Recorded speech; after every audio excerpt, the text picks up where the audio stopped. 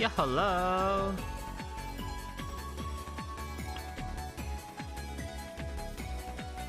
It's time for the final chapter of Trails from Zero. We're yay close to the end, and that's exciting.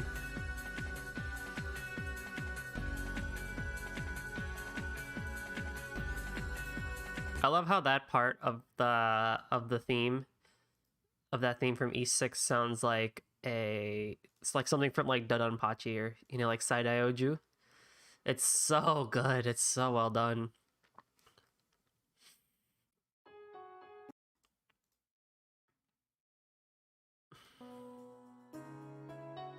But yeah, it's time for the final chapter. As I said last time, I'm gonna try my best to finish it today. Probably may not happen. So what we'll end up doing is we'll just, I might just stream again tomorrow night and finish it off so we finish on a weekend. Or I do it Monday. I don't know, we'll see. But there should be no requests. Creative Cooks Wanted has become short. Hopefully I can find 1, 2, 3, 4, 5, 6, 7, 8, 9, 10.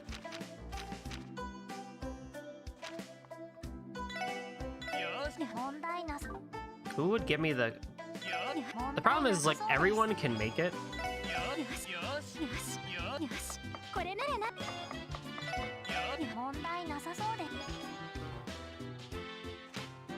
A royal leaf, huh?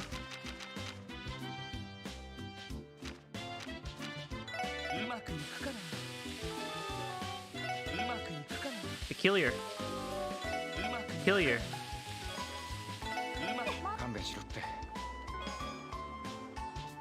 I have an ornament for this, don't I?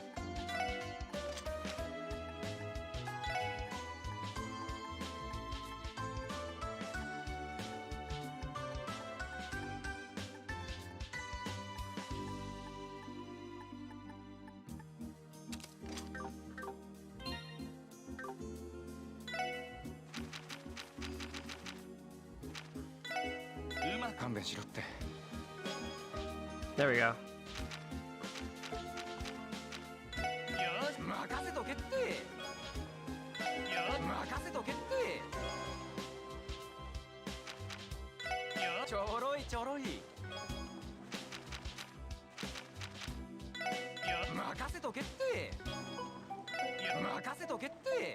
Come on, Randy. Come on, Randy. Do it! Oh my god, how many green greens do I have? I have 9 more chances at this.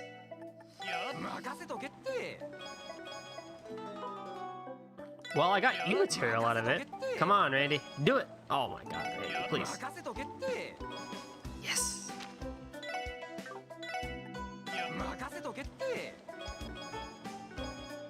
Heck yeah. So, 1, 2, 3, 4, 5, 6, 7, 8, 9. So if I can make the thick espresso version, I can finish the quest right now. Let's go, let's try and do that. The problem is, where am I going to find royal leaves? Or if that's something I can buy. Before I continue though, we can feed Cop on the roof since it is a new day. Or I guess something.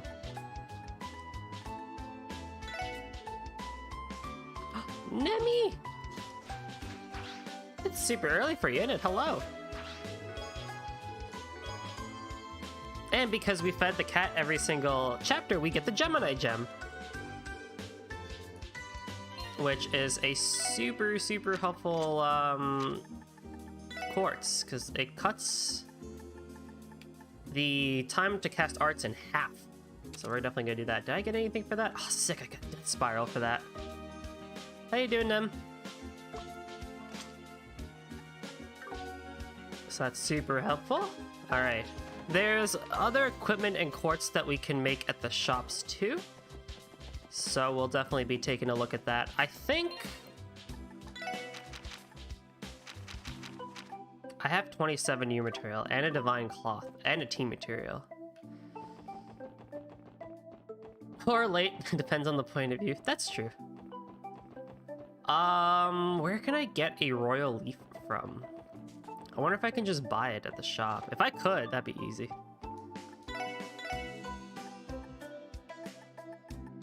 I don't suspect that. Yes, I suspect that's not something you can buy.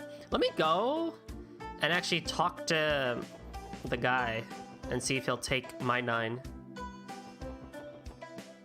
I'm doing well. I'm doing well. Yeah, sweet. I have 11. I'll just give it to him. I'm doing well. Had a very busy day today. I went and saw 3 different properties that were for sale. For when I want to move. One of them I almost made an offer for, but it didn't go through. And then the other two we did not go for. Gotta love Turbo. How does it look? Okay, I mean, this is probably not a good question to ask given that I've streamed this entire game on 2x turbo. Is it hard to see with the turbo on? Like, is it? Because I don't have to use it. I just do it because it's easier. But like, is it harder to see? I wasn't wondering. So let me know if it's too hard to see, then I won't use turbo. But yeah, so the other property that I saw, the second one today, was really good. But it had like 13 offers on it, so there's no way we're gonna win that one. And then the final property on pictures looked really nice, and like inside was really nice. The problem with it was that it took, you have to climb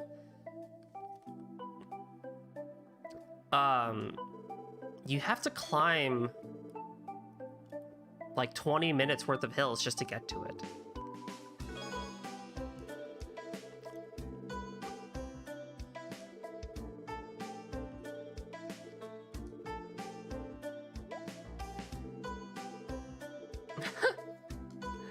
Oh, Lloyd.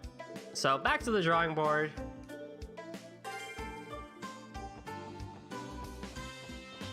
But it's all good. I have a few more months until we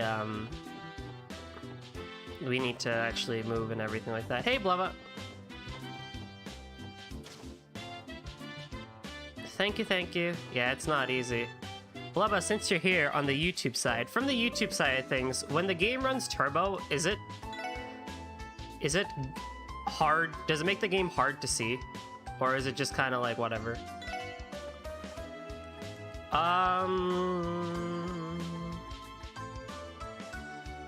EP cut 3, hit 3, and P3, action 3. There are no new quartz. This is all stuff we have and I've already gotten. I guess I could put EP3 if I can get it. It doesn't make it hard to see. Okay, so both Twitch and YouTube agree, so we're going to continue using turbo. I can make HP 3, attack 3. Okay, I'll start one at a time. EP3.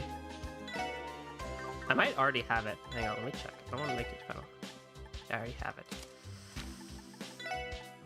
HP 3, attack 3. If I already have it, let me use it. EP cut 3. Mine 3. Shield 2. I can make shield 3 if I want to.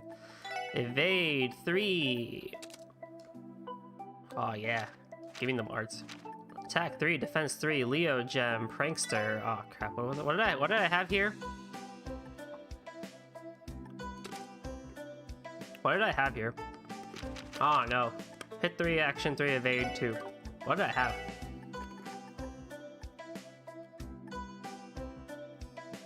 Imagine making someone play Trails without turbo. I wouldn't be opposed to it. Like if it hurts the quality, then I don't want to do that to you guys. Gain CP. Yeah, I think I'll put invigorate. That's helpful.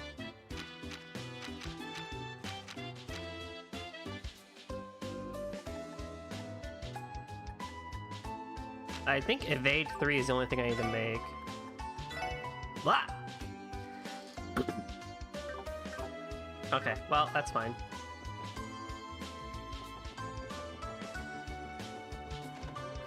But I will say that having turbo makes games like this so easy. It makes them a lot easier to work with. The buzzer beater. Oh, this defense goes down? Oh, that's kind of lame. 293, that's a pretty big... Oh, look how expensive these are.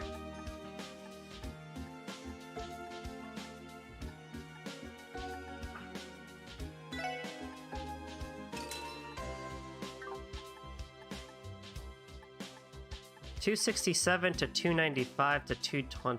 Not that huge of a thing. $237. Holy crap.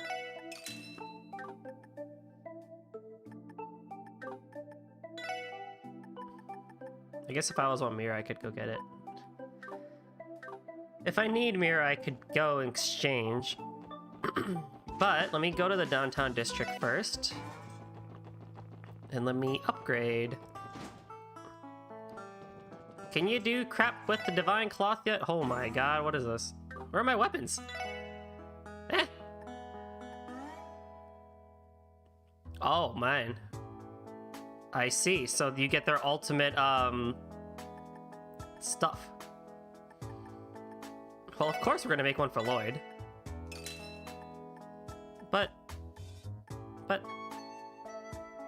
Oh, dang, that's so good. I need dual garters.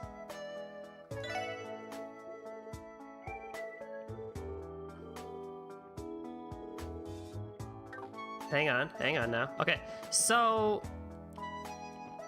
There's people who don't use turbo at all, and there's people who turbo during cutscenes. Yeah, I think cutscenes are... You shouldn't turbo through those. I can exchange this tea material for divine cloth. I can get one more. But what about my weapons?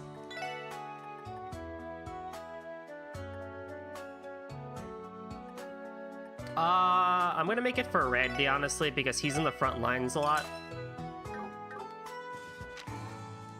What? I actually got a minor cut on my thumb today while opening a bottle up. And now I have a band-aid over it, and man, playing Lloyd's attack and defense go down. What the shit? It goes down by 5 and it goes down by 20. Wow. Is the power suit really that good? I do get the extra speed and 8. Oh my god, that's amazing. Randy is good. Oh, but he has dual garters actually.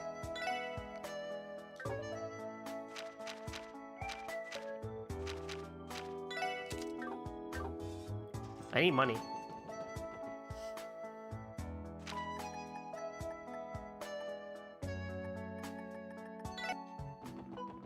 Oh, man, I forgot it's evening. This is not going well for me today.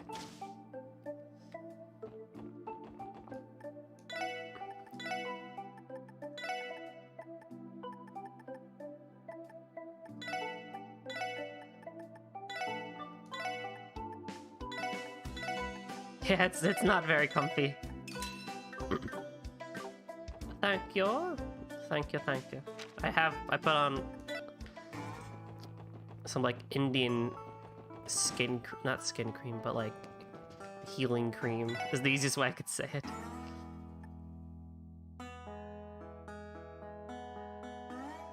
Okay, so let's make one of these. I also need another set of dual garters. If I were to equip Lloyd, how would that look? His agility goes down. That's actually kind of a surprise.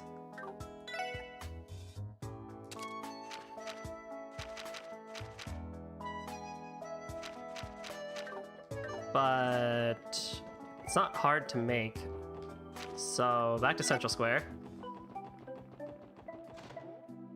I mean, we're at the end of the game anyway, so it's not like...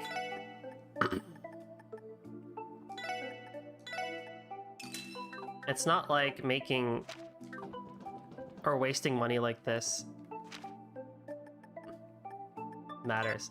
Asian heal cream is the best cream. Honestly, like, we import this stuff. It's called sulfurmycin, if anyone knows what the hell I'm talking about. But like, That stuff works. It just works. It works better than a lot of other things. Hey, Takara. I was just about to say, been a while since we've seen you. How you been? Oh man, Tio's move goes down. All right, I think we're good in terms of equipment. I think we're good. And make it seem like I'm actually gearing up for the final dungeon, but it's not like we're even needing to do that. Anywho, we can also take care of some last minute talking. But yeah, Asian stuff is the best stuff. It just works better than a lot of stuff that's made here. I have no idea what it is they put in there. There's some ingredients in there that I don't even know how to pronounce or have ever heard of, but if it works, it works.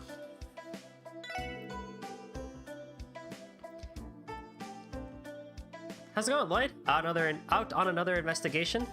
Yeah, pretty much. Hey, Oscar, this may sound weird, but has anything out of the ordinary been happening around here lately? Like, men in black suits hanging around? Out of the ordinary? Actually, Bennett lost her cool and stormed out of the store not too long ago. I have no clue what that was about, though. Come on, Oscar, don't make Bennett deal with your cluelessness. Regardless, it sounds like West Street has experienced anything strange. We can actually buy the Bennett Special, which is a nice 2000 HP heal. I don't need that. Never question the ingredients. Not that we would understand. No. In the admin district. Ah, yo, actually, I forgot to do something last stream. I forgot to read the books. I was so busy fishing.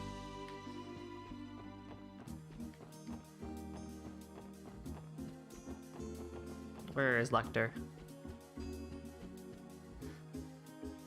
Oh, you guys like to read too? What a lucky coincidence! Nothing better than making friends with fellow bookworms. Where do I even begin?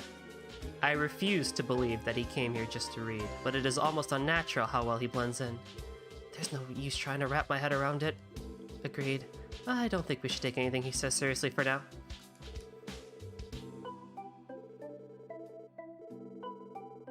How much does he actually know? Oh, Lloyd, don't worry, if you only knew.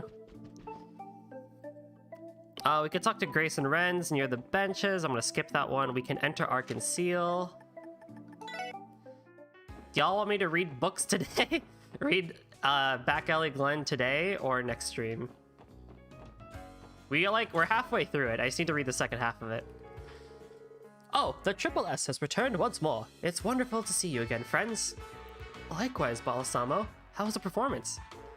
Well, the show was able to go on. The daytime performance had to be postponed, but it's being held right as we speak. The complete lack of rehearsal had us a pinch nervous, but I think we'll be able to manage our way through this. That's wonderful news. I'm unsurprised that a highly adept troupe such as yourself managed. Anyway, we still haven't found any leads on your missing man. But don't worry, we plan to keep the investigation alive and kicking. Thank you, and I'm terribly sorry about the inconvenience. I'll leave Nikolai in your capable hands. We won't rest until we find him, sir. Additionally, we can also go to the cathedral.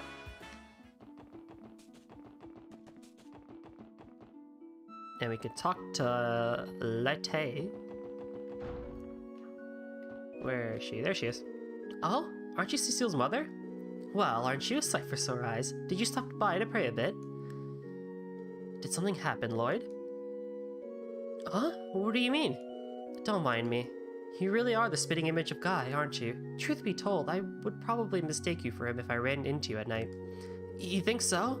Well, I suppose we are brothers. I'm starting to look like Guy did. So, would you like to pray together sometime, Lloyd? I mean, this is Guy's resting place after all. What I want?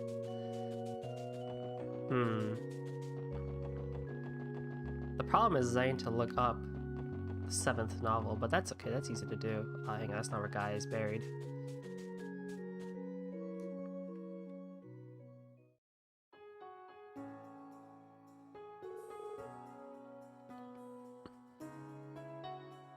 I finally found your badge, Guy. With this in hand, I can finally take the first steps toward avenging your death. But I'm sorry, that has to wait. For now, I have to focus on the case in front of me. Citizens getting wrapped up with some mysterious drug and vanishing into thin air. I'm not sure if Crossbell's ever dealt with something this big. I know you'd never let a case like this go unsolved. And while I'm still nowhere close to you, what I do have is a team that has my back. I know I can count on them when the going gets tough. Most importantly, I found someone who I'm going to protect, no matter the costs. That's why you don't need to worry about me, Guy. Just watch me. Lloyd, are you alright? You seem fired up. What's the deal? It's nothing. Just a quick chat. Let's move out, everyone. Roger. Kurano Kiseki trailer dropped like yesterday. I saw it now. No big spoiler, but some character appearances returned. Oh my god. I kid you not. I have been watching that trailer over and over and over again. I know the character appearances you're talking about, and I won't spoil them either here. But I'm going to be straight honest with you. I am overly excited about Kuro no Kiseki. Like, way more than I probably should be. But I am so excited for it. There's been some gameplay videos too, and it gets better and better to me.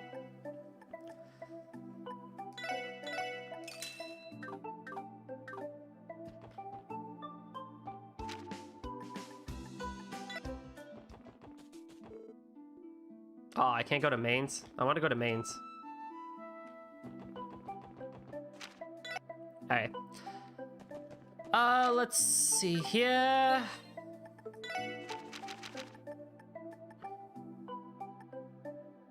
Okay, let's It's weird because usually with action-based games we see it. Wait, really? Hajimari started the mocap animations?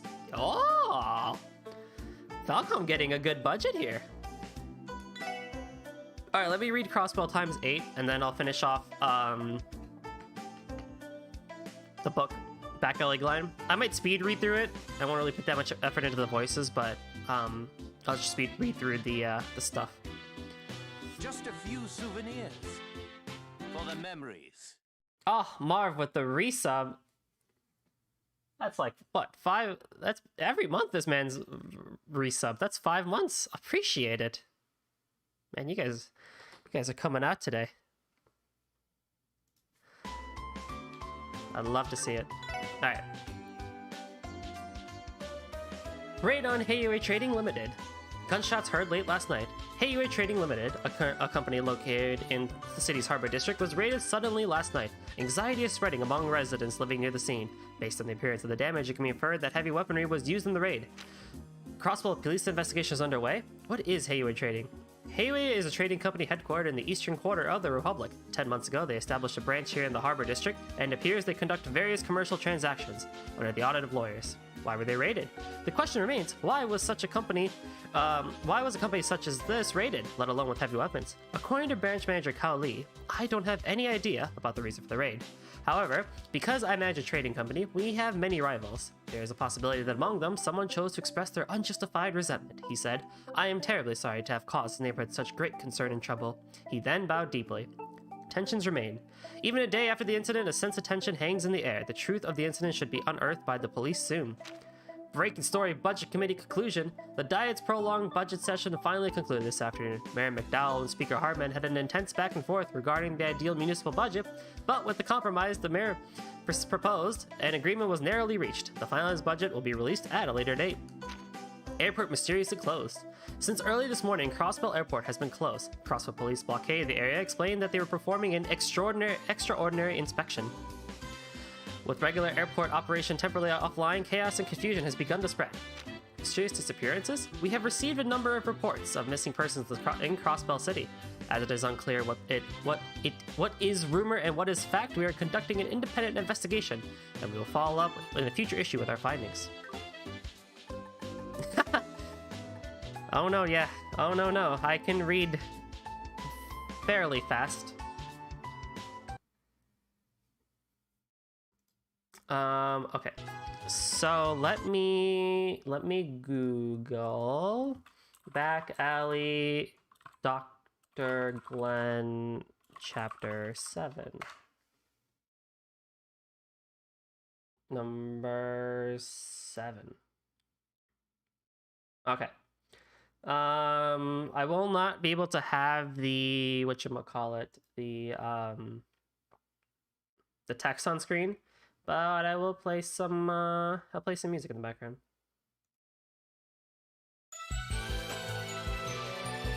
Not that.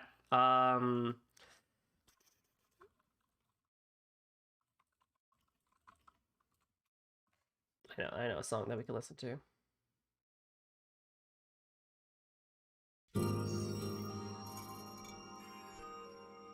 Alright, so chapter 7. I should bring you over here, it's easier to read this way. Or no, yeah. Chapter 7, The Clash. Hearing the news from Rufus, Sherry objected. Wait, Dr. Rufus, it's too soon. Unfortunately, the symptoms of crystallization won't wait. We need to operate as soon as we can. Glenn, still gazing at the city, did not show any reaction. He silently listened. It was decided along with Hugo's consent. As a nurse, you're in a tight position to object. Sherry was bested by Rufus's cold statement. She held her tongue. He was right. Hugo's 14-year-old body was smaller than most adults, so the time left until his heart would crystallize was also shorter. Operating soon would be a doctor's immediate conclusion. Even so, Sherry protested. Doctor, do you think nothing of Hugo losing his hands? Saving his life is my top priority. He won't be able to pursue any dream if he dies, Rufus replied without hesitation. In his conviction, Sherry could feel the pain of losing Katerina. Knowing this, she couldn't hide her sorrow. I will save the child, Rufus declared to the large-framed doctor. He could see that his back was still turned. You saved me the trouble of declining. Do your best, Dr. Rufus, Glenn said, waving backwards. He left without exchanging a single glance with Rufus. Pathetic, muttered Rufus. He urged Sherry to return to work. He would let it slide this time that she had secretly called in an unregistered doctor. Her shoulders sagged. She listened with her eyes fixed on the ground. She was lost in thought. Don't involve him. It'll only make it more difficult for you. Sherry raised her head at those words and looked into Rufus's eyes. I'm sorry, Dr. Rufus. There's one thing I forgot to tell Glenn. What? Without answering the question, Sherry left in a hurry. Rufus was now alone on the roof. The wind made his white coat flutter. He put a hand on his forehead and sighed, Dear me. Alright.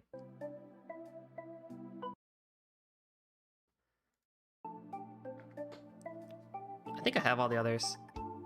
Yeah. Chapter 9. Sherry. Your Katerina's sister? Sherry nodded. Glenn stood shocked, but was convinced by the lack of dishonesty in her eyes. Cheryl was the little girl, Katerina's sister. He had seen her many times when Katerina was hospitalized. She accompanied her on the fated day up until she was taken to the operating room. Looking closer at Sherry, he noticed the resemblance. Her cold expression was familiar. Having failed to recognize her, he felt ashamed for how he had treated her close relation. Sherry broke the silence. About your cure for crystallization, which cost my sister her life. Why did she undergo such a risky surgery? Have you ever thought about it, Dr. Glenn? To be on stage as a ballerina again, Glenn responded reflexively. Sherry shook her head. It wasn't just that. The day after you discovered the idea, she told me she wanted to try it. I was against it. I had heard it was very risky, and I told her I wanted her to give up ballet, but she didn't hesitate in her reply. Sherry closed her eyes, hand on chest. She recalled her late sister's words. I want to do it, not just for ballet. The illness is terrible. When I was told the only way to save me was to lose my feet, I was in despair. However, Glenn discovered a new surgical technique for it, and I felt a warm light shining inside my heart. Maybe this is hope. If this method succeeds, it could spread and raise hope for the other crystallization patients too. However, I know this operation is still imperfect and comes with a high risk. That's why I want to be the first to try it. Whether it succeeds or fails, I'm sure that Glenn will learn something and be able to perfect it further. Soon we won't have to fear crystallization, because my beloved Glenn will surely succeed. Glenn couldn't shake the feeling that Katerina now spoke through her sister. Sherry continued, I mourn the death of my sister too, and yet I can't help but recall how you and Dr. Rufus tried to save her. My respect I had for the two of you led me to pursue nursing. So please, Doctor, don't regret your choice. She then bowed deeply. After a long moment of silence, she raised her head and quietly left the clinic. Glenn remained speechless. Still in his chair, He stared at where Sherry had stood for what seemed like hours. The irritation had vanished, as if by magic. He now heard what Katerina really thought 10 years ago. Sherry, Katerina's little sister, had left him with parting words. Don't regret your choice. How would he have responded to them back then? The next morning, Glenn picked up the file of contents scattered across his floor. In his eyes, the fire of determination had returned. Chapter 10.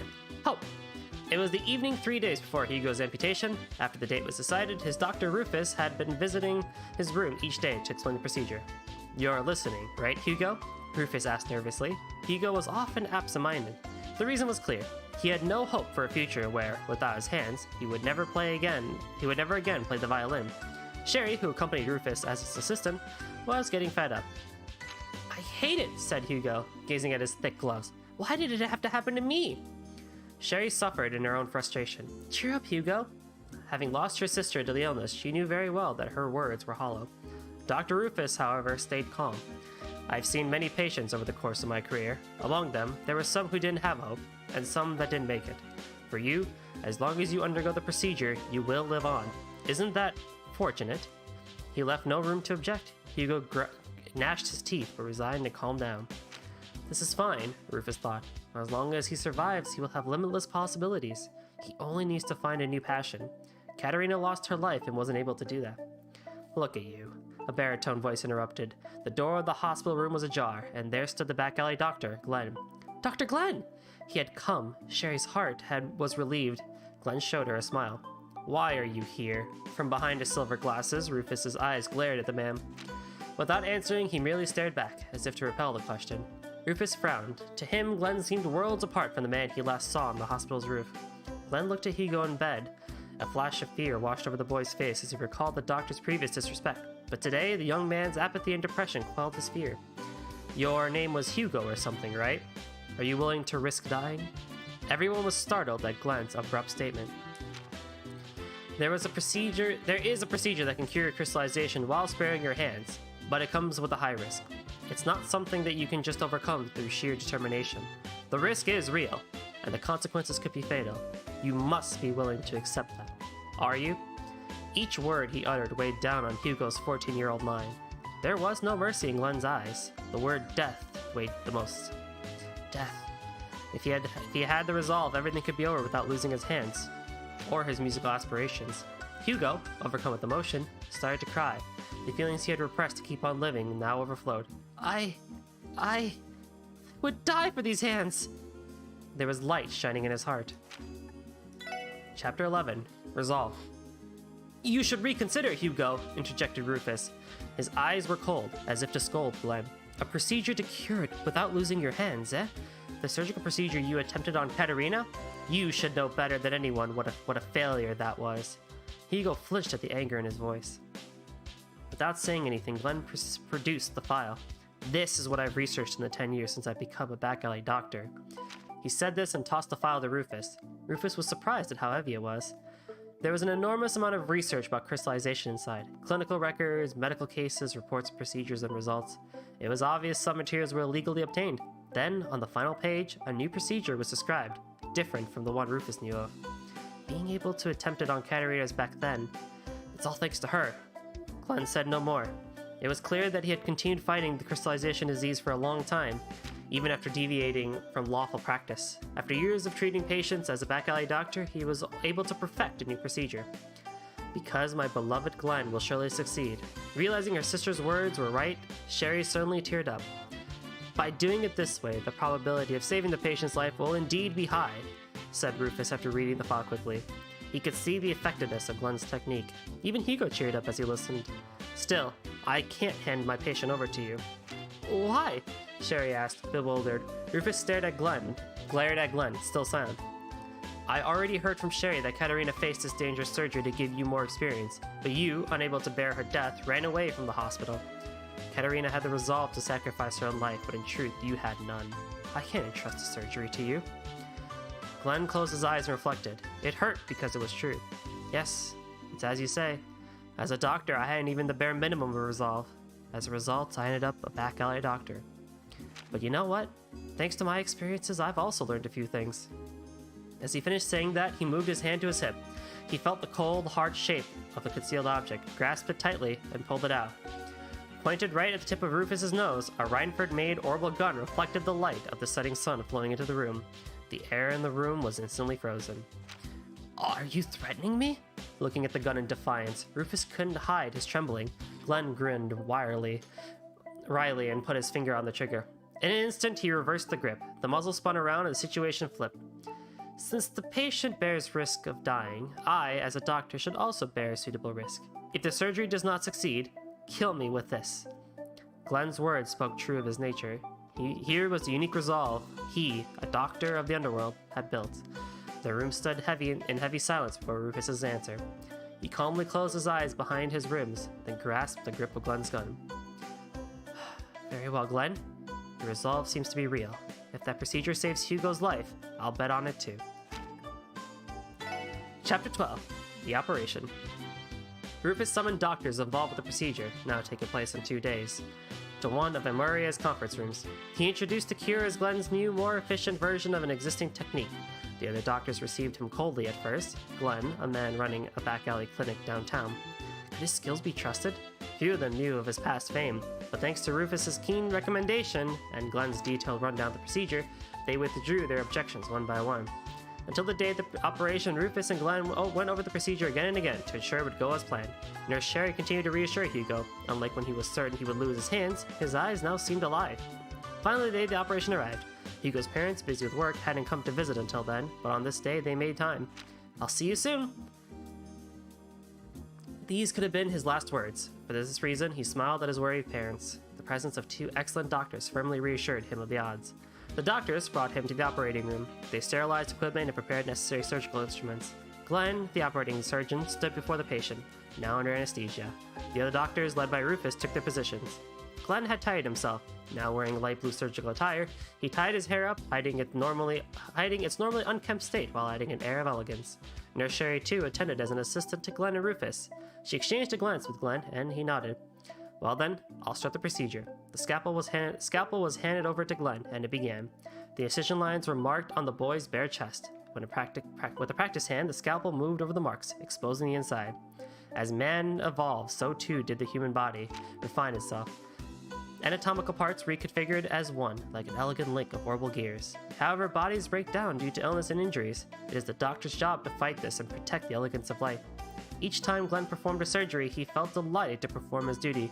He was grateful to the goddess for giving him his talent. With his skillful scalpel movements, the procedure was progressing smoothly. Everyone observed Glenn's artful surgical diligence. Sherry wiping sweat off his face, Rufus handling surgical tours, and the other doctors supervising key elements such as equipment and anesthesia. At last, the boy's heart was exposed. It must have taken a long time, but everyone felt like he reached that point in the blink of an eye. A sinister, dark growth clung to the surface of an otherwise healthy organ. This was the tumor associated with crystallization. It had taken the life of his lover, Katerina. A little more. Hang in there, Hugo, Sherry spoke to the sleeping boy. At that moment, Glenn's hand stopped.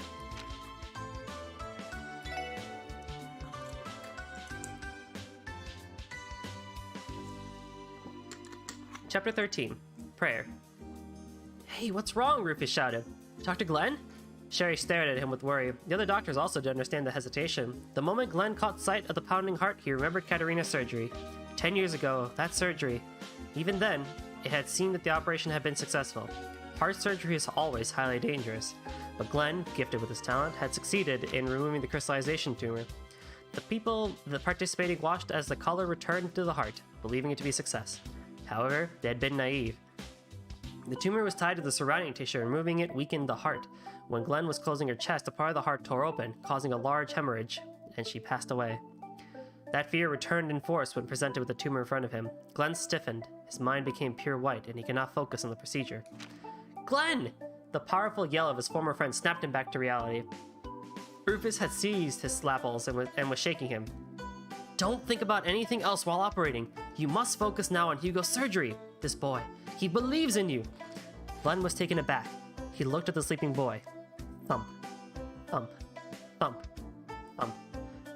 The heart pounded as if calling to Glenn. That's right, this isn't the time to be spacing out, Glenn thought. He took a short moment to compose himself and once again faced Hugo. Seeing this, Rufus let go of him as he signaled to continue the operation. Sherry sighed in relief. Rufus assumed the position opposite Glenn. It was time to perform the new technique. The tumor had a secret. With the exception of the central part that produces the toxin, it was almost certainly harmless.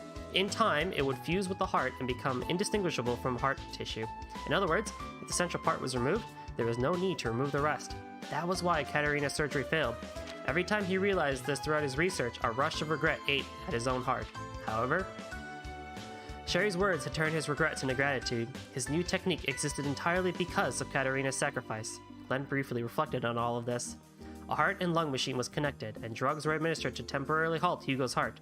Rufus had made special orders for this cutting-edge technology. When the heart stopped, Glenn adjusted everything to take a closer look. Removing only the central part would require very precise hand movements. One wrong move and the heart would be injured, but if successful, they could safely remove the section, avoiding a repeat of Katerina's complications. Katerina, please lend your strength to Glenn, Sherry prayed internally. Glenn's scalpel approached the dark tumor. Sherry, Rufus, and the other doctors watched as the tip attentively holding their breaths. Outside the room, Hugo's parents continued to pray to the goddess.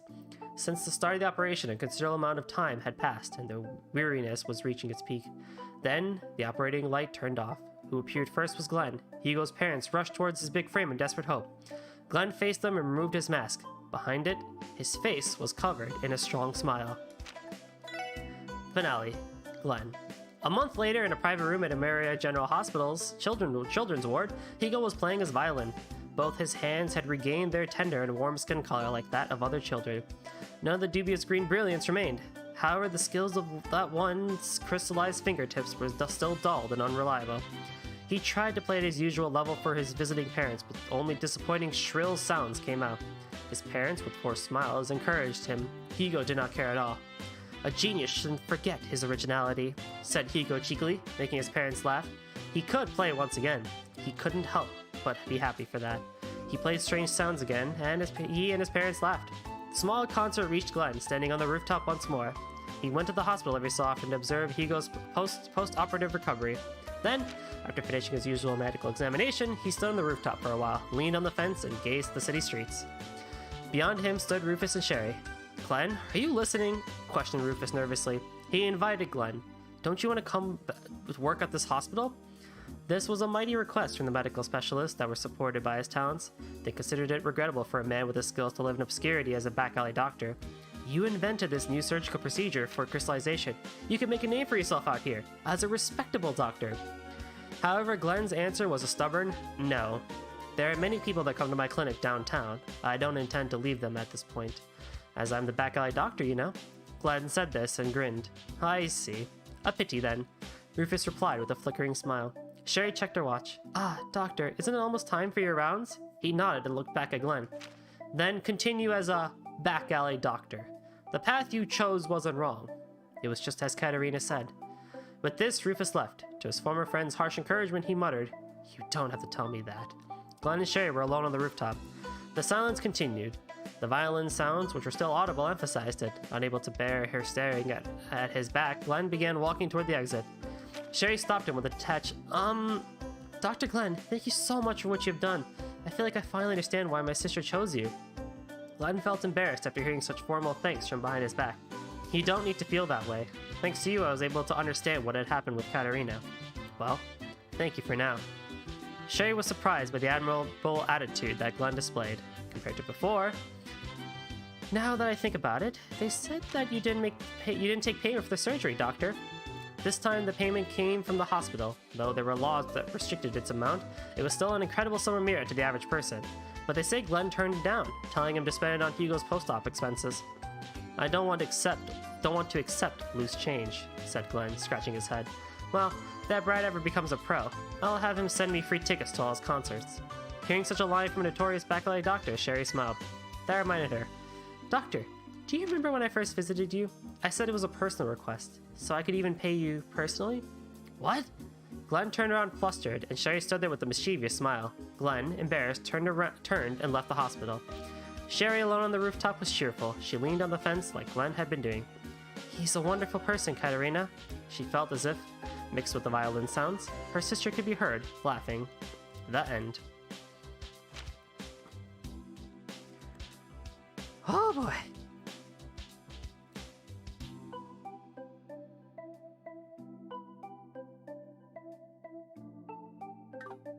That was a good story. I always like those short stories. They're so well done and creative.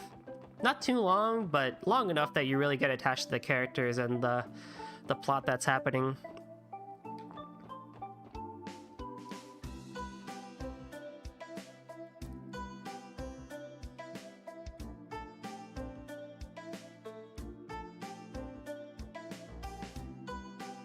Okay, so with that, we are ready to proceed on with the main story. I should also mention that if you manage to get all of the recipes, 23 out of 24, you get a solar gem, which absorbs all fire, earth, water, and wind damage from enemies. Pretty good. Pretty good. So for those who end up playing this game, pay attention to the recipes.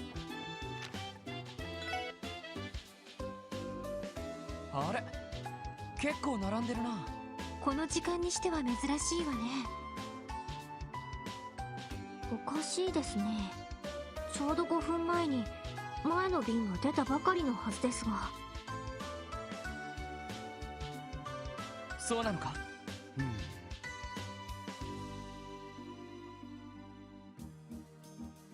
よ、そこの兄さん、ひょっとしてバスが遅れてんのかい？ああ、そうみたいだな。俺も20分くらい前から待ってるんだが、なかなか来なくってさ、困ったな。面会時刻を過ぎちまうよ。そっか。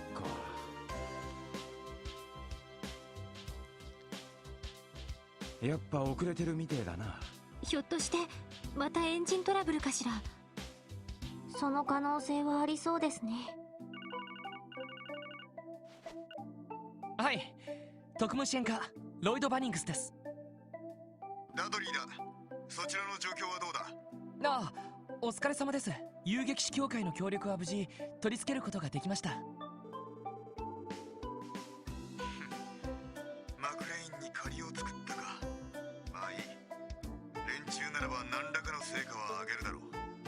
こちらはようやくマフィアどもの姿が消えた事実に上の連中が騒ぎ始めたところだ。だがまともに動けるにはもう少し時間がかかるかもしれん。了解しました。そういえば今空港近くにいるんですが、爆破予告の方はどうなりました？そちらは完全にガセだった可能性が高いが、最新の動力探知機で空港内をくまなく調べたが何も出てこなかった。やはりマフィアの動向と何らかの関係が。今その線も探っている。 It's only 5 mib, but then it was 20. Sounds about right. ちょっと待て。空港の近くにいるそうだが。 For what? まさかそちらの方にまで首を突っ込むつもりなのか？いえ、実はこれからウルスラ病院に向かうんです。成分調査の連絡が遅れているので直接訪ねてみようかと。なんだ、まだ聞いていないのか。まったくこれだから新米は。その手の連絡は正確な時間を決めて迅速にだな。すみません。 Oh, poor Lloyd. 確かにアバウトすぎたか。薬の成分が明らかになればこちらも上を動かしやすくなる。その意志とやらの働きには期待したいところだが、そういえば何という名前の医師なんだ？ああ、言ってませんでしたか。ヨアヒム・ギュンターといって神経科と薬学担当の准教授です。30代半ばくらいですけどかなり有能という評判ですね。それなら少しは期待できるかもしれんが。どうしました？ちょっと待て。ヨアヒム・ギュンターと言ったか。それはメガネをかけた割とひょうひょうとした感じの男か？ええ、そうですけど。 Uh-oh. 会ったことがあるんですか？ Uh-oh. ダドリーさん。会ったのは2ヶ月ほど前のことだ。アルカンシェルのプレ公演で市長を暗殺しようとした犯人アーネスト元秘書の取り調べをしている最中にな。セルゲイさんから聞いたかもしれんが、アーネストは完全に錯乱していた。そこで仕方なく彼が以前から相談していたというカウンセラーを。それでようやくまともに事情聴取ができるようになったんだが。ちょっと待ってください。ひょっとしてヨアヒム先生がアーネストの。ああ、主治医というわけだ。その時はさすがウルスラ病院の医師だと感心したものだったが。わかりました。本人にそれとなく当たってみます。ああ、そうしてみろ。とにかく時間は有効に使え。またこちらから連絡する。どうしたの？変な話をしてたみたいだけど。あの秘書の人とヨアヒム先生が何か関係あるんですか？ああ、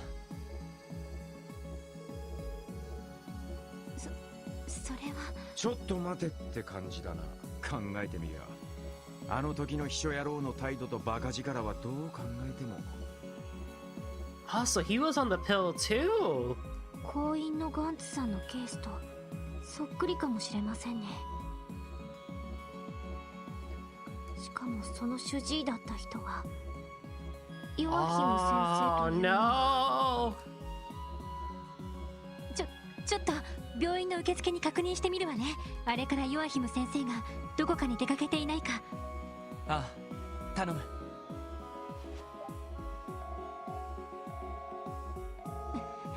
ダメ、出ないわ。話し中というわけでもなさそうだけど。遅れているバスに連絡がつかない病院、そして新たに判明した意外な人間関係ですか。 We should probably run. さすがにちょいとばかりお膳立てが整いすぎてねえか。ああ、じきに日も暮れる。急いでウルスラ病院に向かおう。バスとすれ違ったら呼び止めて、そのまま乗せてもらえばいい。Couldn't we call Noel and have her drive us? No? Ah, man. Run! Oh man, that's such a good point actually, because Ernest, when we first met him, was like so goody two shoes. But then when we saw him again at the theater, he was all messed up.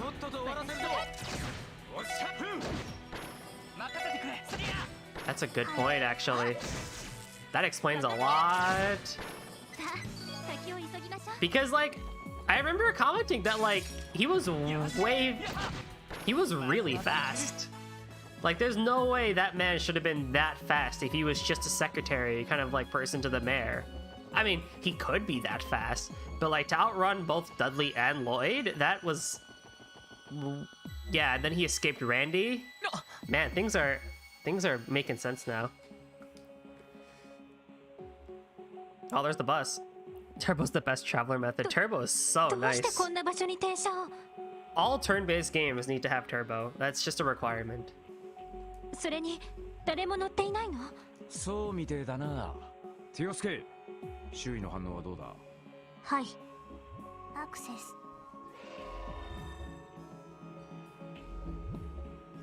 ダメです。周囲10セルジュに人の反応はありません。だろうと思ったぜ。どうやら魔獣に襲われたって雰囲気でもなさそうだな。ああ、ちゃんと路肩に停車している。多分運転手が自分の意思でこちらに寄せて停車したんだろう。もしくは停車せざるを得ない何らかの事態が発生したのか。 Man, I can't believe Ravache took over a hospital. このまま That's 中も調べてみよう。ええ。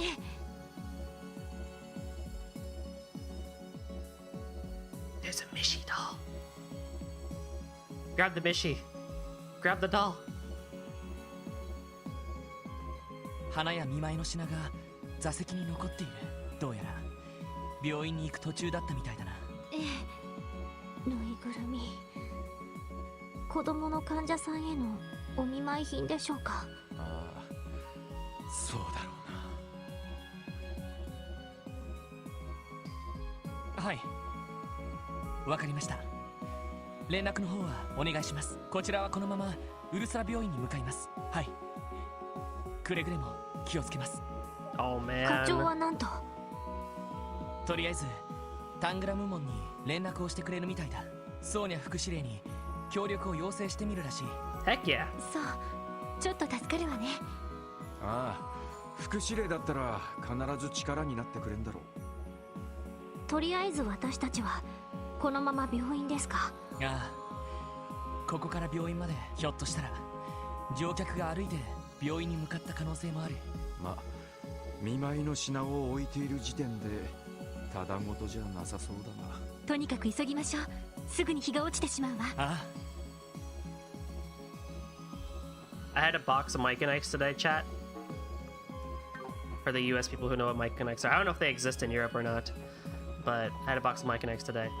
And there was like this like really tiny one. Like the size of a small pinhead. I was like, what the heck? How'd this happen? So I tried it. And basically, it was a lemon flavored one. And it was just like packed with lemon flavor. I was like, oh my god, like take a normal Mike and Ike lemon flavor and enhance it by 5. That's what that little ball was. I was like, what?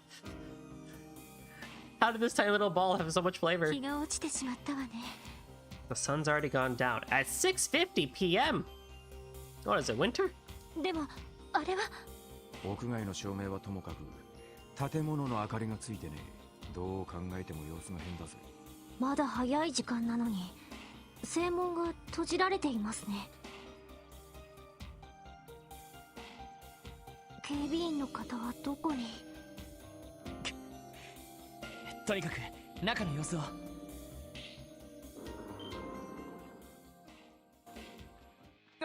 Well, こいつら we know the mafia's here. マフィアの軍用系。気配を感じなかったぞ。後ろからもです。何？ Oh, even better. あんたたちは姿が見えないと思ったらてめえら一体何をしてやがる。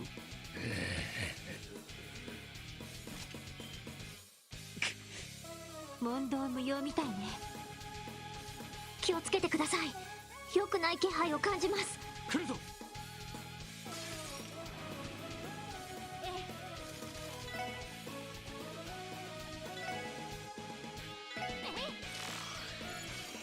Everyone's a different skin.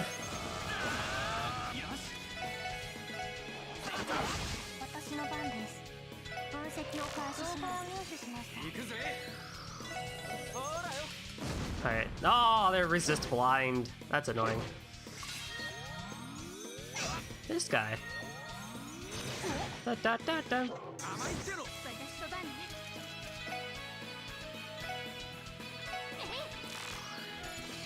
Work with me. Alright. Oh, you resist that too? Man.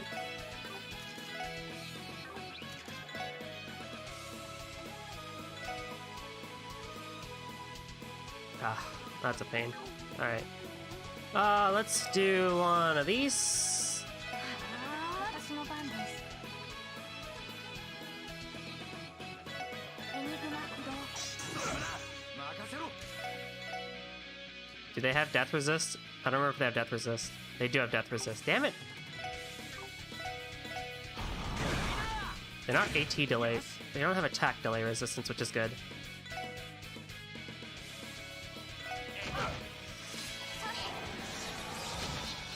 Okay. Mirage still does a decent amount of damage, even though they resist elements. エニグマ起動。私の番です。ドライブ開始。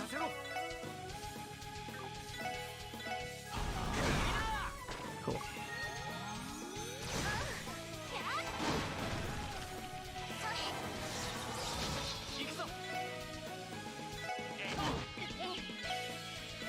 Oh, Lord, I forgot about you, buddy. ドライブ開始。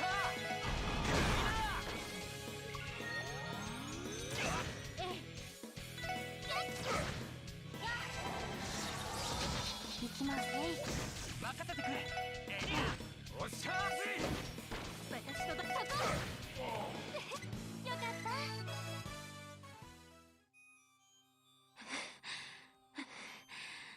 なんて強さなの。やっぱり例の薬で身体能力を強化しているみたいだな。 Those damn drugs. 軍用犬の方もそうかもしれない。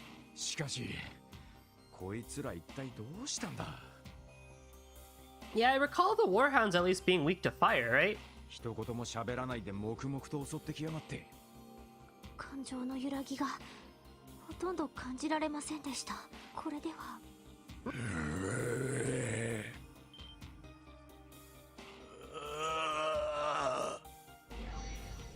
Uh-oh. こいつら完全に無力化したはずだぞ。これがグノーシスの力。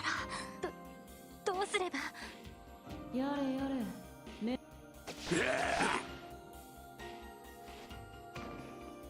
今の針は。イン殺したのか。 Better not. 経絡をついて気の巡りを遮断しただけだ。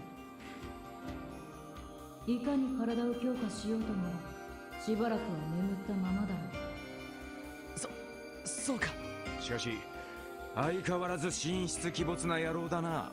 ルバーチの動向を探ってここにたどり着いたってところか。ザオからの依頼でな。しかし思っていた以上に厄介なことになっているようだ。グノーシス、前つばものだと思っていたのだ。どうしてその名前を。 Hey, Gin, do you want to join my party? あなたたち何をどこまで知っているの。お前たちが掴んでいる程度だ。ルバーチェ殿の失踪と DG 兄弟の残党の存在。それ以上のことは私もツアーもつかめているな。そうか。そちらの目的はどうあれ今は緊急事態だ。おそらく病院内はマフィアたちに占拠されている可能性が高いだろう。 Oh, I love the ending of that song so much. 一刻も早く病院関係者の安全を確認しなくちゃならない。だからいい、この場は協力してくれないか。 Dude, Lloyd will take anybody's help. Let's go. He'll take anybody at this point. おい、そいつは。何を言い出すかと思えば、お前たちが本来取り締まるべき犯罪者の力を当てにするというのか。言っただろ、緊急事態だと。 Like I said, state of emergency. それにあんたはあんたで真相を突き止めるつもりのようだ。だったら病院関係者を助けて話を聞くメリットはあるだろう。あくまで対等な協力関係というわけか。いいだろう。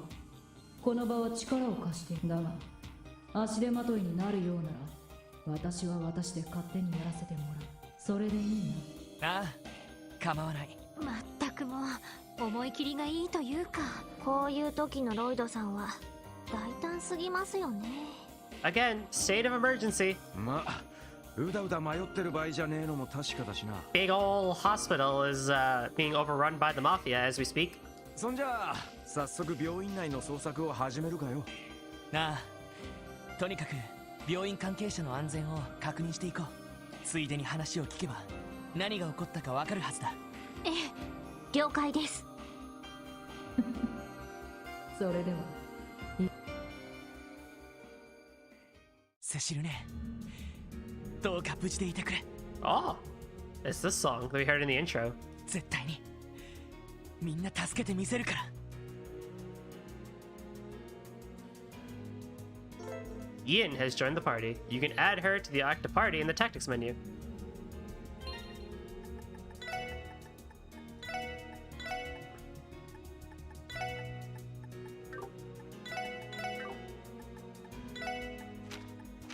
Yatagarasu, full metal coat, dual garters.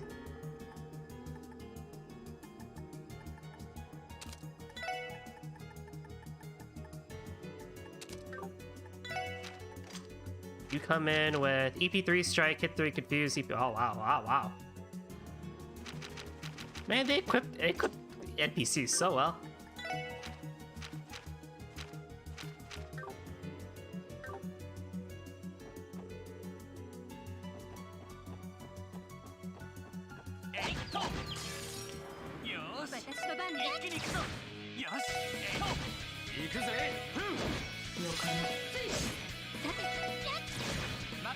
Oh, we're gonna have the boss theme play every single encounter? That's not great.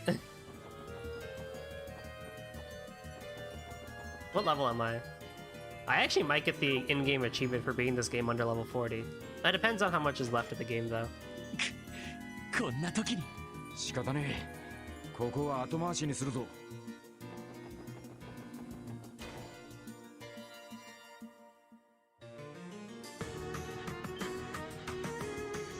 Oh, hi! 早速嫌がった。面倒見ようか。来るわ。とっとと終わらせるぞ。行くぞ。エニグマ駆動。行くぜ。ほらよ。 Thankfully, humans can be blinded. Dragon Claws, Stride draws in foes and slashes with the sword, exploring Talisman. Throws a kunai. Okay. Ding dong. Ding dong. I have no idea how to pronounce that properly, and I don't even want to try. Falling Moon. So Rishia actually had Dragon Claws and Falling Moon.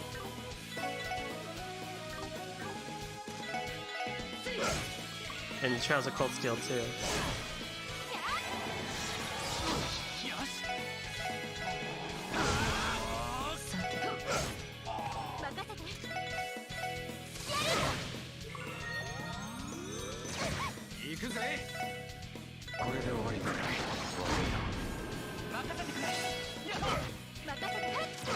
よかろう。精進するがよい。手こずらせやがって。やはり感情の揺らぎがほとんど感じられませんでした。ひょっとしたら自分の意志で動いていないのかもしれません。 Someone's controlling them, huh? 自分の意志で動いていない。それは操られているということか。はい、断言はできませんが、東方には薬物と暗示を利用した傀儡の術なども存在する。その可能性はあり得るだろう。信じられない。けったくそ悪い話だな。しかしこれはどう考えてもガルシアのおっさんの流儀じゃねえぞ。ああ、分かってる。とにかく今は病院関係者の安全を確認する方が先決だ。まずはこの宿泊施設の内部を調べてみよう。ええ。 I mean, this is definitely just Marconi going off his deep end. なんだあんたら。あなた方は。あなたたち、確か警察の人じゃ。ええ、クロスベル警察のものです。こちらの異変に気づいて皆さんの安全を確認しに来ました。助かったわ。バスから引きずり出された時はどうなることかと。あんたら途中で止まってたバスに乗っていたのか。ああ、道の途中でいきなりあの黒服たちが立ちふさがったんだ。無言で銃を突きつけられて、ここまで歩かされて。 Oh, that's rough. 抵抗しようとした運転手さんは いきなり撃たれて。 Oh no. そうだったんですか。しばらくの間ここで待っていてください。皆さんの安全は自分たちが必ず確保します。わかった。よろしく頼んだわよ。 Oh, it's Martha. あんたたち、確か警察の。市長さん、ご無事でしたか。よかった。どうしてここに。ひょっとしてもう安全なのか。いえ、私たちも先ほど来たばかりなんです。現在安全を確認しています。そうかい。どうやら怪我をしてる人がいるみたいっすね。 I'm taking $5 bet that either Sonata or Jindo arranged or did this theme. ああ、うちの警備員とバスの運転手さん、あの黒服たちに撃たれて、一応応急手当ては済ませたよ。そうですか。セシル姉や他の人たちはやはり。ああ、ちょうど仕事中だったし、かなりの人間が病棟にいるはずだ。私はちょうど休憩中でこっちに来ていたんだが、こんな大変な時に病棟から離れちまうなんて。市長さん、安心してください。セシル姉や患者さんたちは俺たちが絶対に助けます。市長さんたちはどうか怪我をされた方を見ていてあげてください。わかった。よろしく頼むよ。Alright.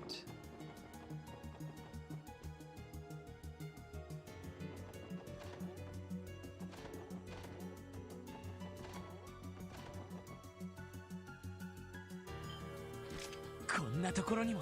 片付けるぞ。とっとと終わらせるぞ。ほらよ。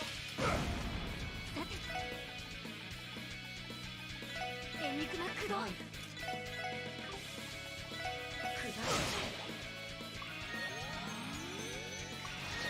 Oh, that was a very bad idea, sir. That was a very bad idea. 私の番か。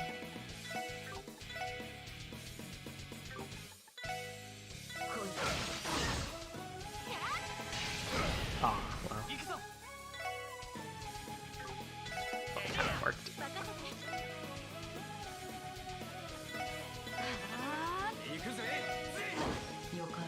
I shouldn't even really waste EP. It's not like they can attack anyway. They've been sealed.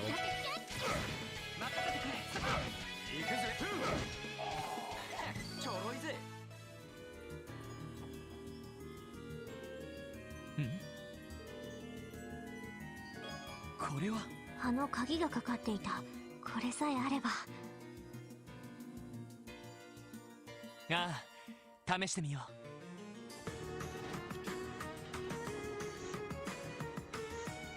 But first, we want to check the third floor too for the women's dormitory. God damn it! 敵敵。俺の番だ。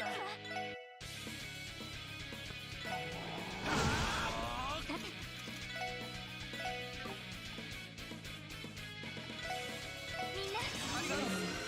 私の番か。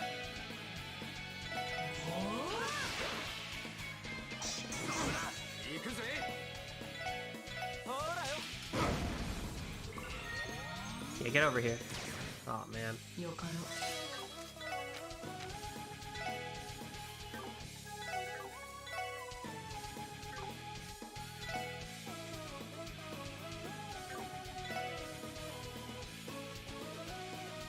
Really?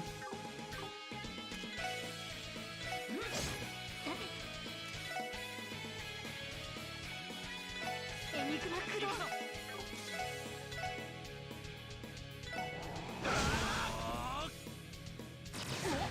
おっしゃ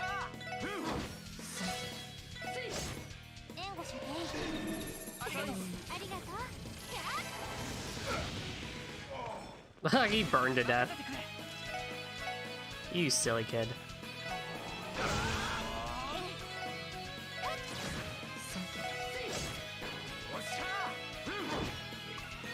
Silly Mafia raids are for bracers.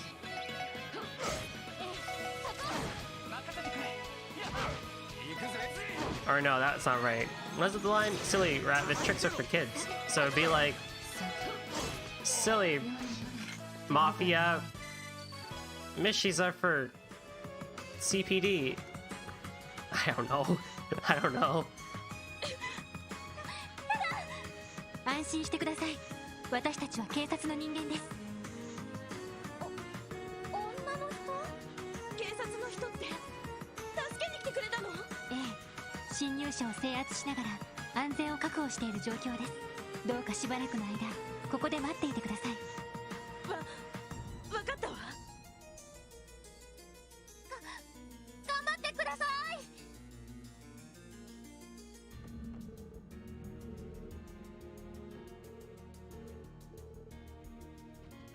I wonder if we're ever gonna go into that temple again that we went in the beginning of the game.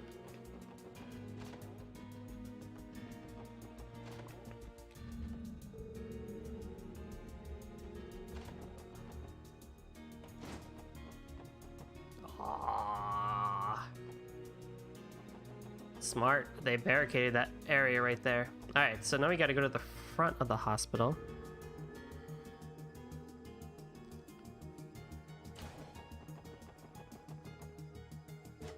Yosh, さっきの鍵があれば。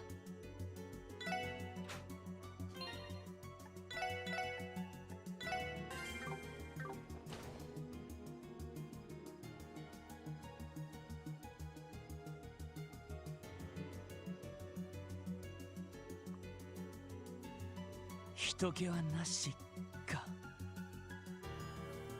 マフィアの姿もないわね。いや、建物のあちこちからおそらく病院関係者は各所に避難しているので。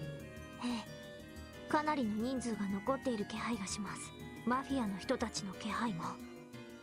なるほど、ここからが本番ってわけかよ。よし、慎重に回っていこう。Alright, let's check the medical offices first. Ah, boy. 待ち伏せか。みんな気をつけて。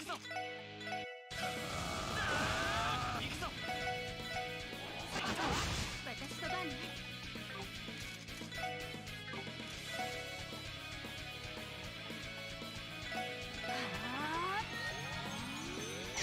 任せろ。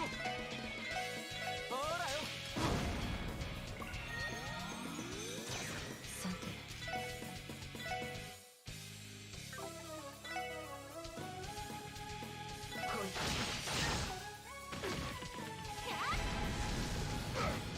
俺の番だな。私と番ね。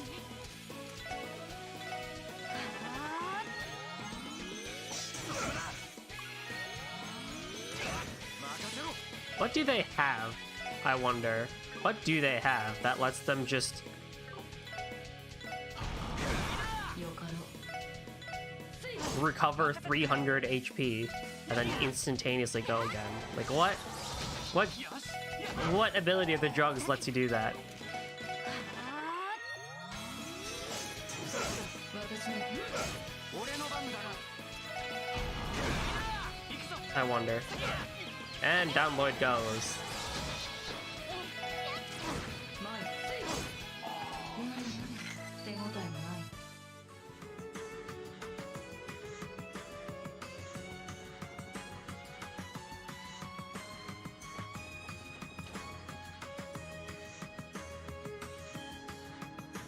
ロイドさん。セラさん、よかった。皆さんは警察のひょっとして助けに来てくれたのかい？ああ、侵入者を制圧しながら全員の安全を確認してるところだ。危険なのでしばらくこちらで待っていてください。わかりました。上の階には他のスタッフと入院患者もいると思います。彼らの方もよろしく頼むよ。了解しました。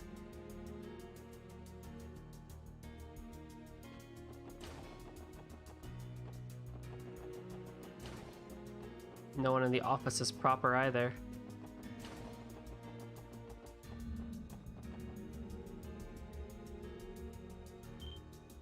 いきなりですか。片付けるぞ。かかってきなさい。 Man, it's a real good thing that Kia was at home with us.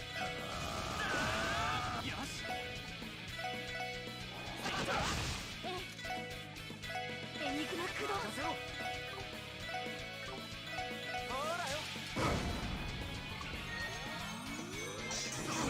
よかろう。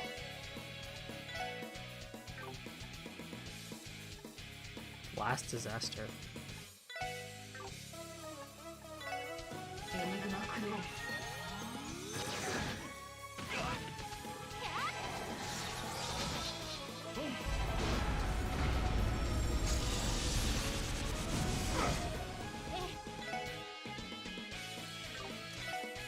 エニグマ駆動。 Aww. That's real cool, isn't it? 援護しありがとう。私の番か。任せてくれ。おっしゃー。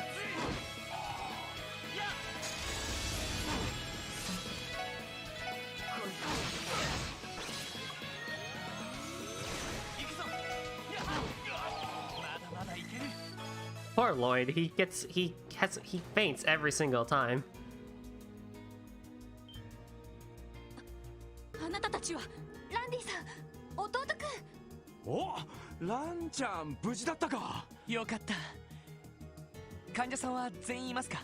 この部屋にいた人だったら全員揃ってるけどねえ、あの黒服たちはもういなくなっちゃったの？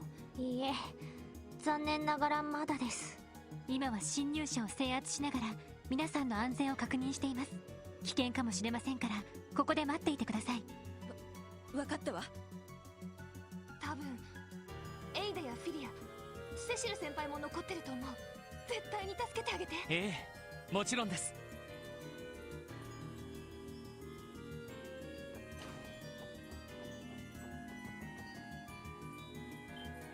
How many are there? Oh my god. It's the same fight over and over again. エニグマ駆動。前行くぞ。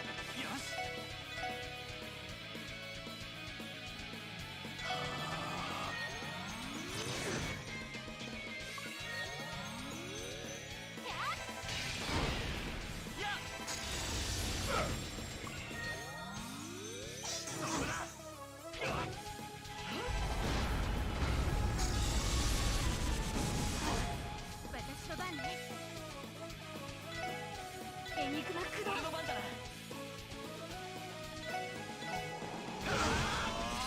おっしゃ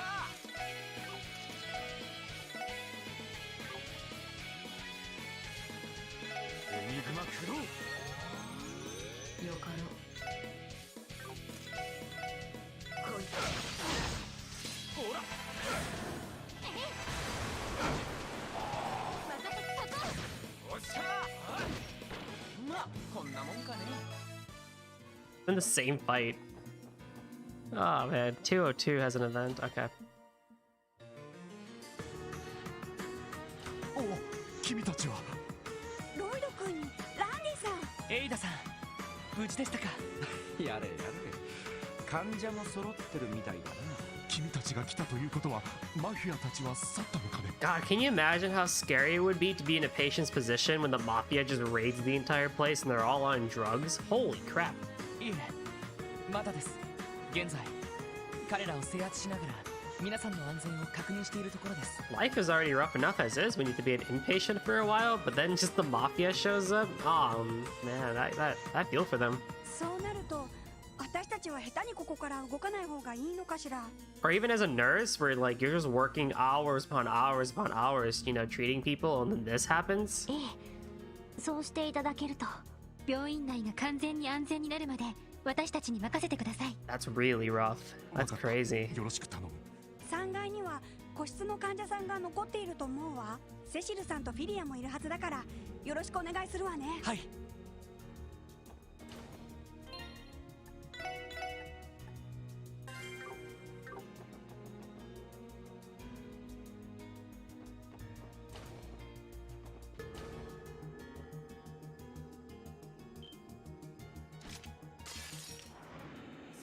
Oh, look, they added a person.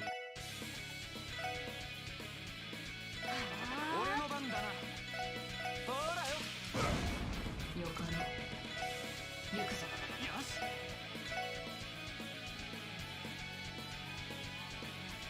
エニグマ駆動。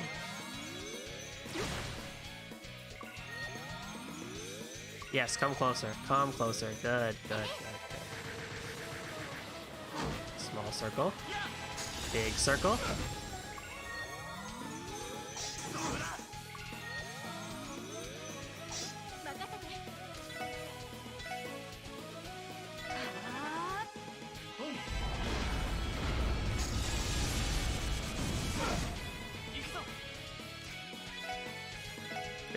My dark matter already.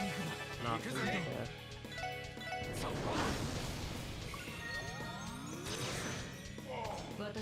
Aw, what happened?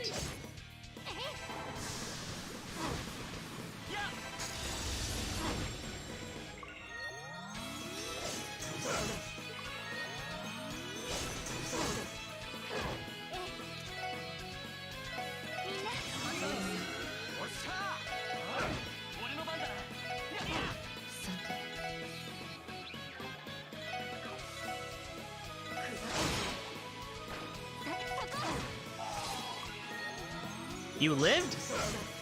You lived? I thought you died. 手応えもない。 Oh man. Alright, 302 has an event. 弟くんにランディさん。フィリアちゃん、無事だったか。確かクロスベル警察の。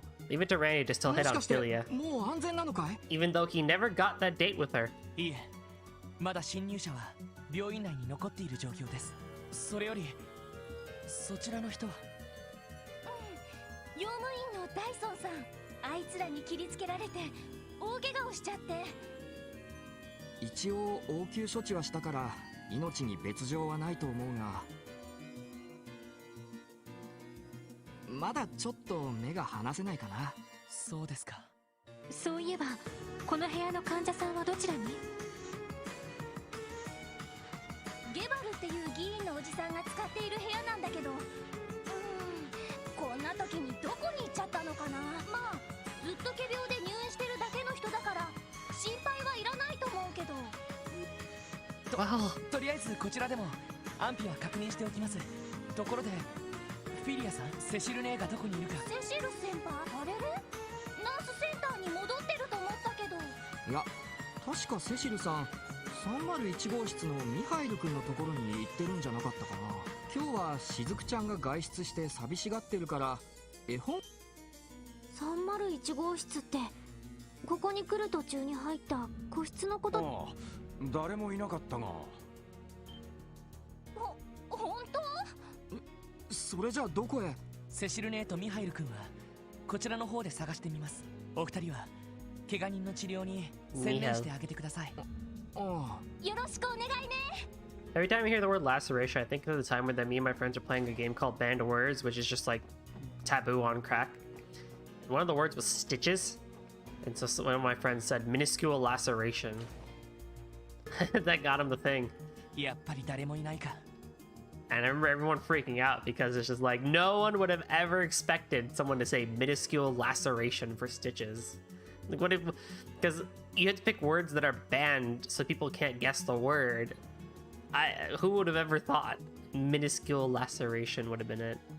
ベッドの下に隠れてるとかそんなことはないわよね。そうでしたら私が気づきますし。まだどうやらこの部屋の主は先ほどまでここにいたようだ。そのセシルという看護師と共に。とにかく探さないと。おう。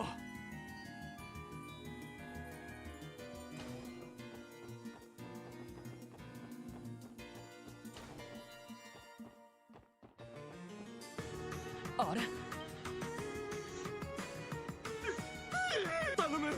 頼むから命だけはお助けを。なんだこのおっさんは。帝国派のゲバル議員、フィリアさんに聞いた人物ね。なんだお前たちは。マフィアどもではないのか。クロスベル警察特務支援課の者です。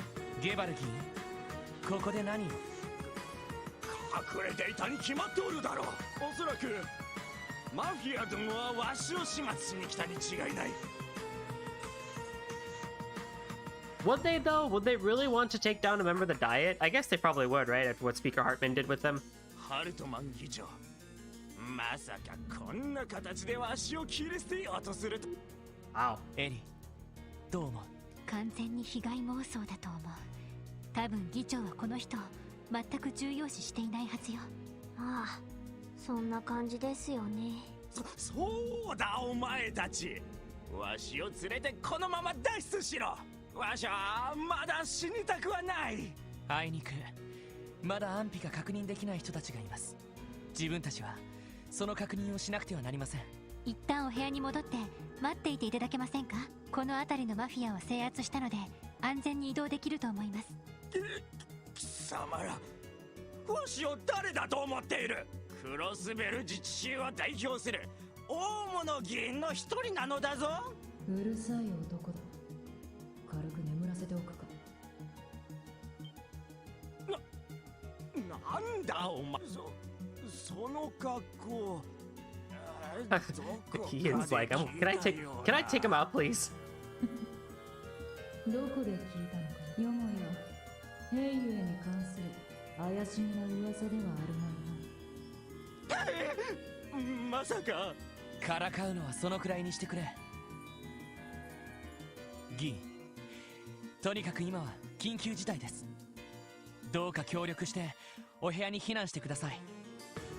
分かった。一刻も早くマフィアどもを追い払うのだぞ。やれやれ、入院患者とは思えねえ足の速さだな。まあ仮病で入院していただけのようですし。時間を取られた。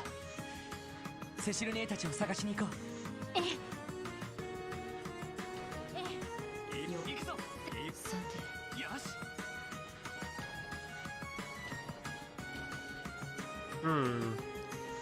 All that's left is the roof, though.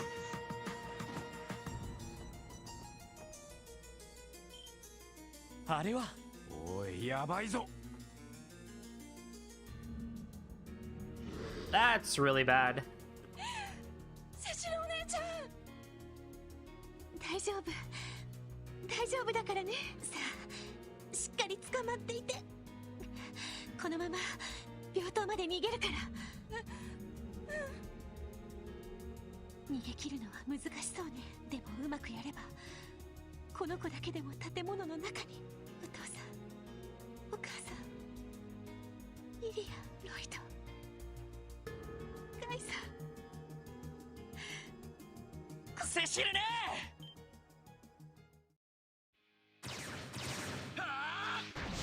Yeah, Lloyd. 警察のお兄ちゃん Lloyd knocked him out in one hit. Let's go. Now we are the ones who do the Kiseki saving. We have learned. 話は後だ。こいつらを撃退する。巻き込まれぬよう気をつけるがいい。とっとと終わらせるぞ。行くぞ。 Earth, huh? エニグマ、駆動。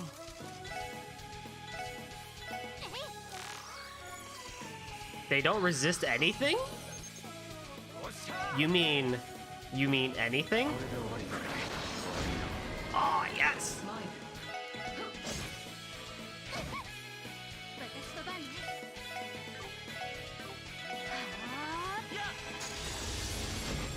援護しね。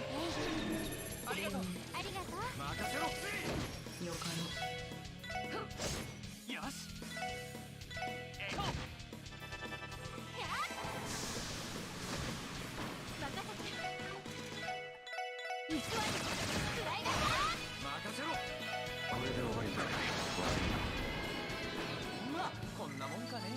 Oh, they were really easy, actually. ロイド、それにみんなもありがと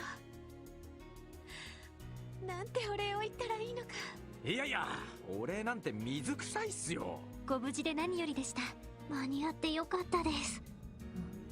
本当に無事でよかった。セシル姉に何かあったら俺、兄貴になんて詫びたらいいのか。ロイド。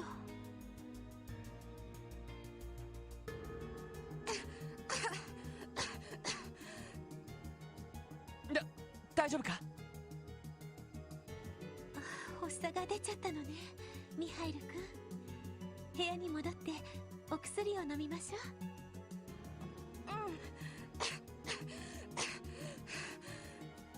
ごめんね、セシルお姉ちゃん。僕がわがまま言わなかったらこんなことに。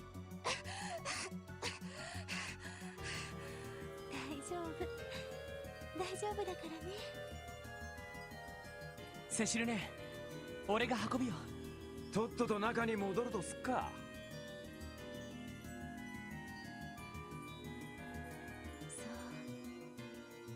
そんな事情で病院に。まさかヨアヒム先生が。まだ怪しいと決まったわけじゃないけどね。彼はまだ研究棟に。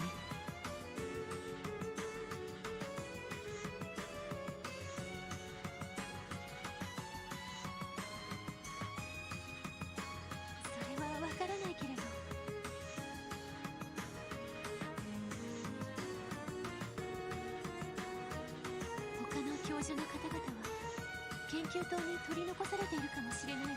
黒服の人たちが連れ出したのは研修医の人たちばかりだったから。そうか。ところでさっきの魔獣は一体何だったんすか？不気味っつうか得体が知れない感じだったけど。そうですね。まるで何かのバランスが欠けてしまってるような。やはりマフィアたちが連れ込んできたんでしょうか。 There was something amiss. They had no resistances. They were too easy. わからないけれど研究棟からいきなり現れたの。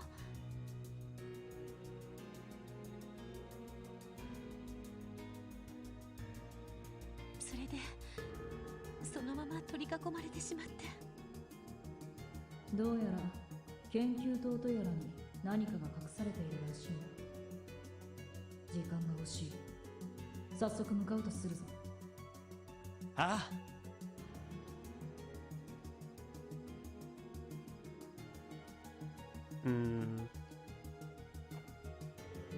Phew, it looks like the medicine is finally kicking in. Michael's sleeping like a baby. That's great to hear, Cecile. Oh, right. I found Guy's badge. I should tell her that I finally found a memento of him, shouldn't I? No, what am I thinking? Her plate is full as is. Laying that on her now would be an unnecessary burden. I'm sorry, Cecile. We'll have a long chat after this is all over and done with. Lloyd, is something wrong? Don't worry about me. I'm just thinking.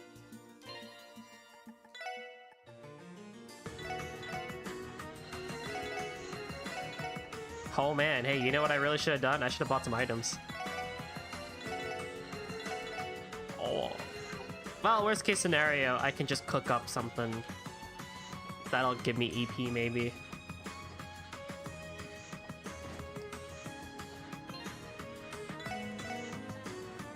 Man, this theme is good. It reminds me of Heimdall for some reason with the way the melody is going. なんだこのもやは。なんだか空気がよどんでるような。 I just realized that I used like 5 EP charges and there's an orbital station right in front of me. Ha ha ha! Good job, Golden. おいおい、まさか危険なガスとかじゃねえだろうな。いいえ、人体に影響するものではなさそうですが、精神には影響がありそうですね。おそらく邪気や正気の類だろう。どうやら Every 思っていた以 single 上 time に厄介な相手がいるらしい。 my curse continues. Let's heal before the next dungeon. There's an orbital station. Ah, fantastic! 一体誰が。また片付けるぞ。負けられない。さて、よし任せろ。これで終わりか。 Damn it.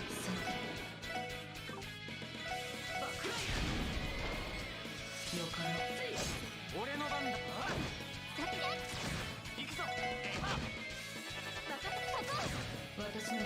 Yeah, the weird thing is there's no resistances on them. They're all super easy. やはり普通の魔獣とは違う。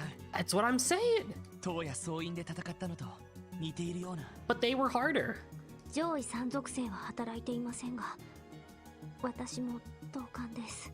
ひょっとしたらマフィアたちと同じく例のグノーシスなる麻薬が投与された可能性がある。つまりそうい Probably. うことだ。 Joking aside, yeah, probably. はい。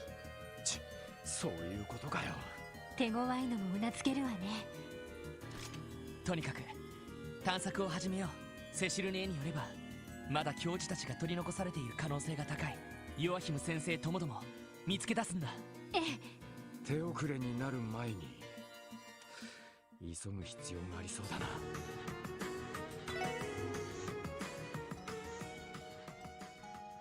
All right. So we're now in a new dungeon of sorts. もう疲れたか。気をつけろ。 So if I want to get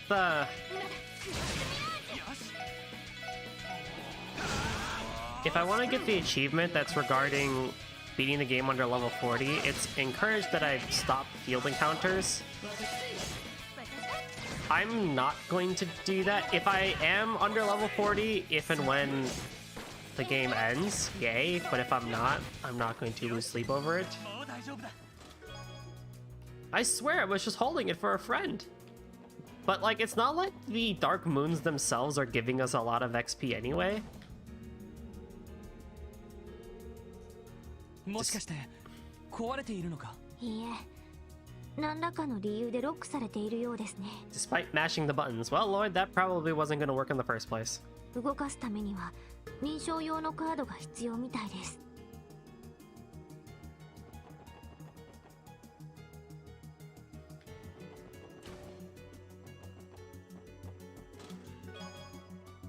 I have a sinking feeling in my chest. Oh yeah?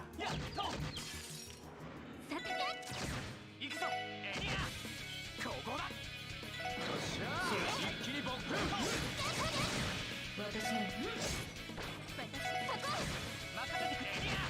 They got high physical defense though. That's interesting to see at least. But yeah, I'm only getting like 30 XP, you know, EXP per fight, so it's like not that worth.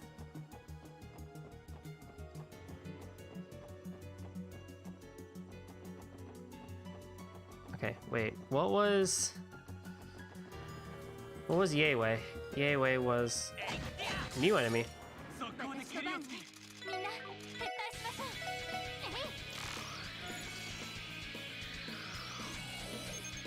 Okay.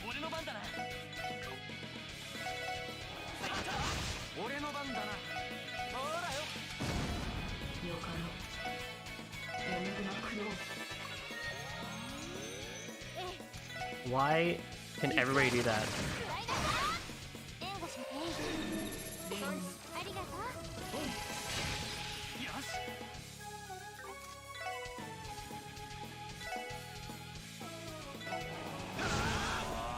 Aw, rip.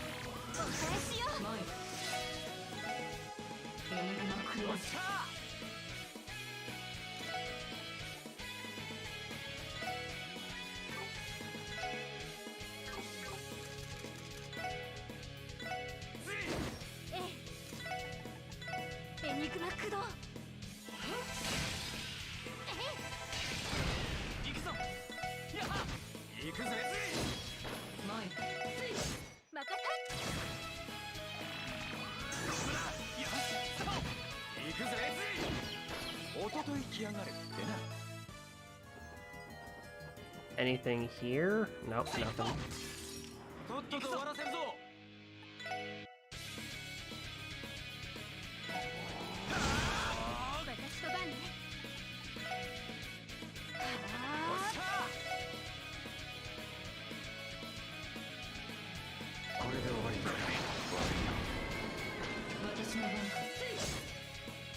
Oh, you love to see it.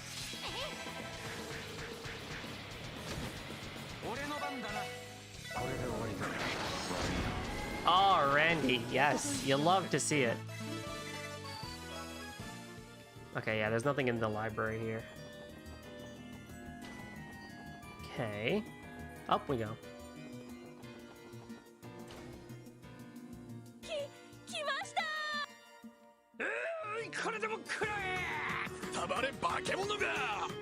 Hold it.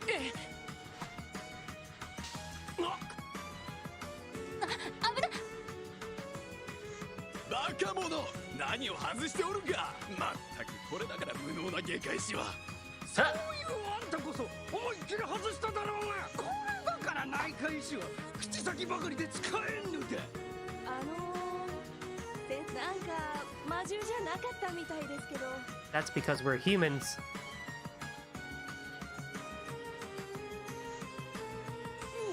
君たちは確かクロスベル警察の特務支援課のものです。皆さんご無事みたいですね。 Yep, you're plenty fine. やれやれ。まさか薬品を投げられるとは思いもしなかったぜ。これ酸か何かですか？ Tio is not amused. すまん、実験用の酸化液なんだが。多少刺激は強いが毒性はないから安心してくれ。まったくお二人とも軽はずみはいけませんよ。来ましたと言ったのはアシュラ君じゃないか。酸化液の瓶を見つけたのも君だったと思うが。あれれ、そうでしたっけ。とにかく内部はまだ魔獣が徘徊しています。護衛しますので一旦ここから出ましょう。ではヨアヒム先生は全く見かけていないんですね。うん、例の黒服たちが研究棟に乗り込んできた時にはすでに見かけなかったな。てっきり夜釣りにでも行ったのかと思ったが。そうですか。残念ですが現時点では相当疑わしいですね。そうね。そういや研究棟にいる魔獣はどこから現れたんだ。マフィアが犬と一緒にわざわざ連れてきたのかよ。いや、どこからともなく現れたという感じだったが、私も見かけていないな。あれれ、あの魔獣だったら変な人が連れていたような。黒い服じゃなかったからマフィアの人には見えませんでしたけど。Garcia. それってクマみたいな大男とかハゲた小太りの人ですか。いえいえ、なんだか普通の人でしたけど、エレベーターで4階の方に上がっていっちゃいました。 Plain looking. Is Ernest here? 4階。教授たちの研究室のあるフロアですか。 The only generic looking man that I know is Ernest. 何者なのかしら。 Oh no, did they give him drugs again and do we gotta fight Ernest? Oh no. 中を調べるのならくれぐれも気をつけるがいい。私たちは But wasn't he? 4棟の空き部屋にひとまず避難していいよ。 No, he was sent to the hospital for examination. He never went to jail. Oh no. 何か困ったことがあればいつでも来てくださいね。魔獣を率いた謎の男か。お前たち心当たりはあるか。いや、どうやらヨアヒム先生とは別人みたいだけど。何者かは知らねえが、なんとか4階に上がってみようぜ。あ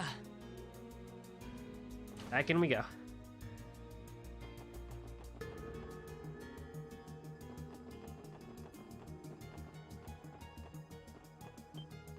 Well, this place is just a mess. 始めるとしよう。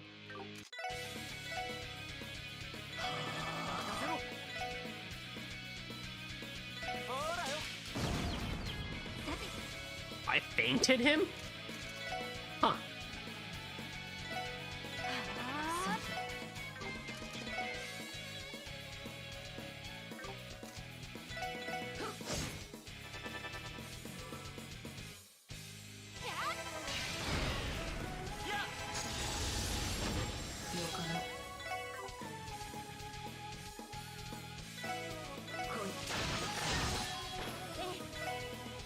I heard a confusion sound. That's pretty good.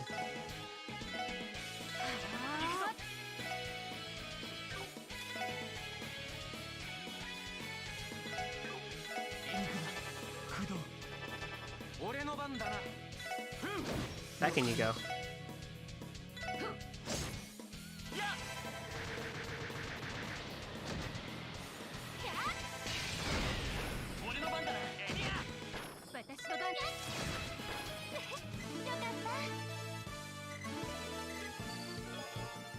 We still got 4 levels to go. We're fine. Ah, hello. 始めるとしよう。 Only one. エニグマ駆動。前に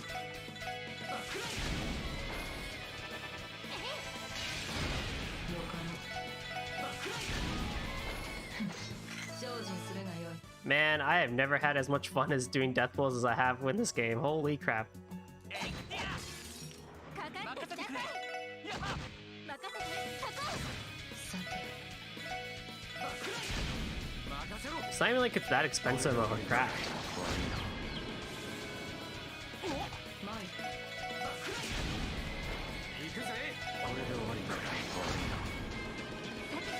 And even if I miss, I still do damage. 援護しなきゃ。了解。精進するがよい。速攻で蹴りをつける。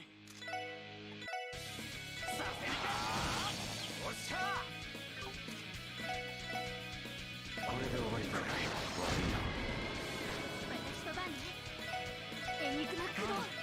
Like, it's 20 CP. That's so cheap. 手応えもない。 That's so cheap and broken.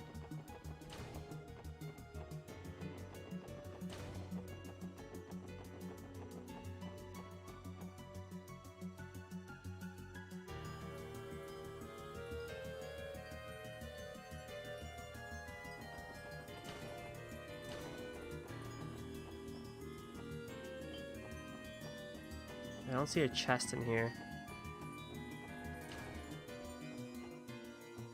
Don't see a chest in here. これはこの研究棟の認証カードでしょうね。エレベーターのロックなども解除できると思います。ようやく確信にたどり着けるというわけか。よし上げていこうぜ。任せてくれ。やは行くぜ。これで終わりか。 Oh!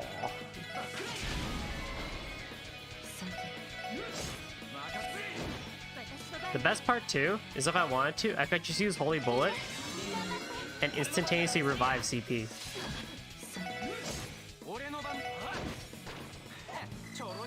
So the option, oh, there's a chest. The option to do it is there. 俺の番だな。エニグマ駆動。行くぜ。これで終わりか。甘いってろ。それ。行くぜ。任せてくれ。エリア。任せて。そこ。私の番。精進するがよい。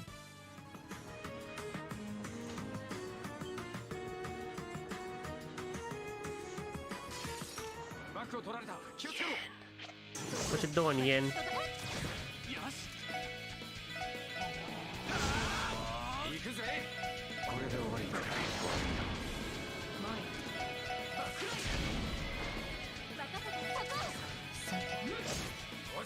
I like how when death blow happens, you hear that little scream of death. まあこんなもんかね。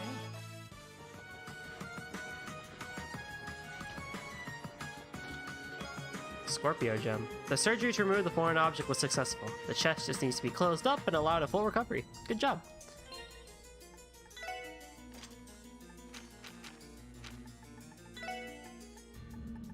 Chance to critically strike and chance to poison 20%. Oh, that's good. That's good. Wait, didn't I have another thing on that gave me... Did I have Invigorate on you? Oh, well, yeah, Invigorate on you. Gain 10 CP when finishing off enemies. Or I could put the Scorpio on. Put the Scorpio on. It's good. I'm already getting enough for hits anyway, so it's fine.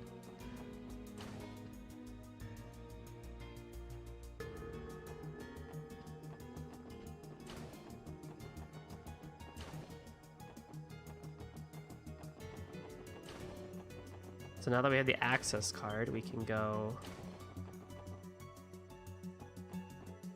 We can go... Oh. 今日疲れたか。気をつけろ。そこだ。俺の番だ。そこ。行く。私。さてそこ。よし。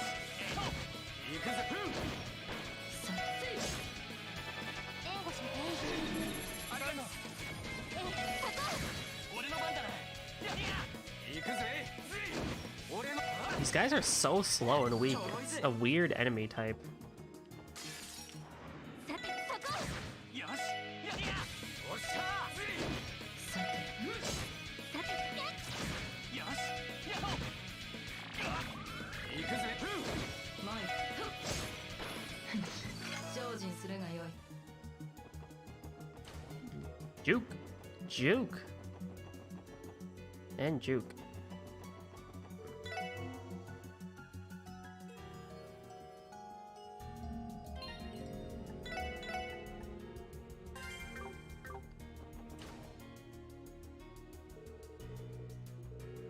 Yoshi. さっきのカードを使おう。 To the 4th floor we go. Now you can go south for a chest. After re-examining the chest, you find something else. It's the Book of Legends! Ha! Nice. That's a Sky reference.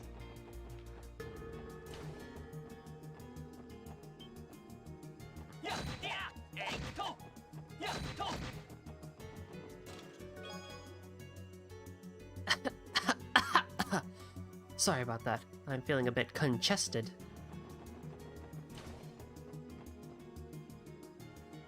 Is that it? No, I need one more chest.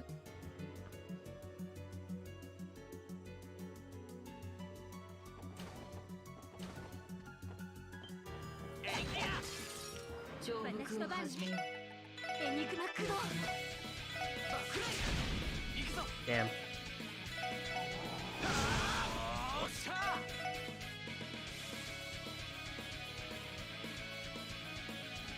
Wait, saw them both in there for a second. There we go, hang on. Oh, yeah. Oh, the double kill, Randy.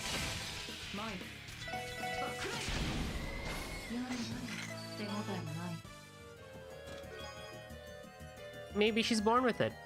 Maybe it's Ursuline. What was that a reference to? Prevent faint sleep confused. Oh, that's great.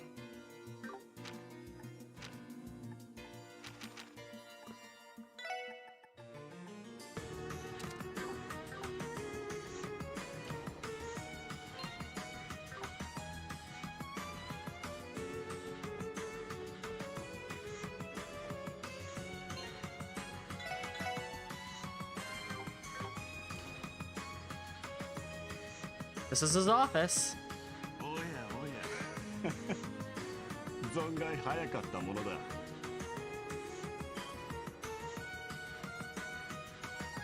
あなたは Ernest! We do have to fight you!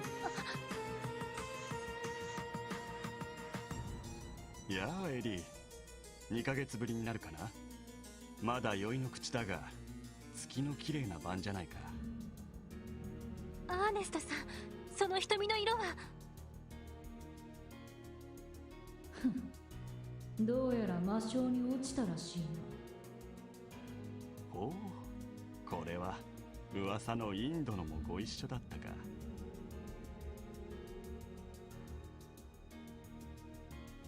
君が余計なことを吹き込まなければ私の立場も安泰だったろうにどうやらお礼をする機会が巡ってきてくれたようだね我が存在は影。人の身で語るはかなわぬと知れ。たとえ魔性に落ちようともな。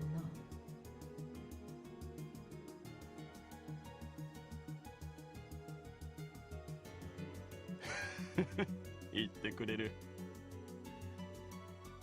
どうやらあなたが魔獣を率いていたようですねそれ以前にどうしてあなたがこんな場所にいる拘置所にいるはずのあなたが拘置所か I don't think he ever went there in the first place, was he? I'm sure maybe he did for a while, あの but... 建物ならこの病院と同じくすでに我らの手に落ちている Oh no! 何拘置所の警備はベルガード門の警備隊が担当しているはずだそんな場所をマフィアが襲ったってのかそういうわけではないんだがちなみにルバーチェごときを我らと同じに見ないでくれたまえ彼らは単なる傀儡さ我らの計画を成就するためのね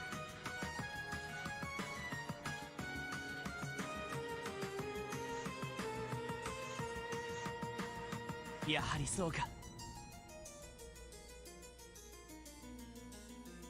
グノーシスを服用したものを何らかの方法で操っているんだな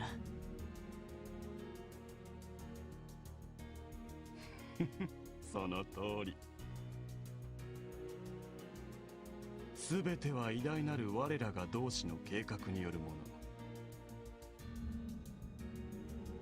大いなる儀式を遂行するための駒に過ぎないというわけさ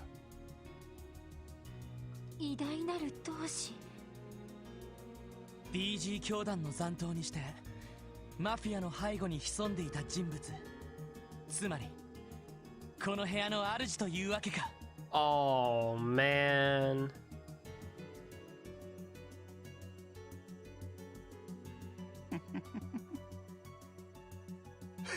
Ah!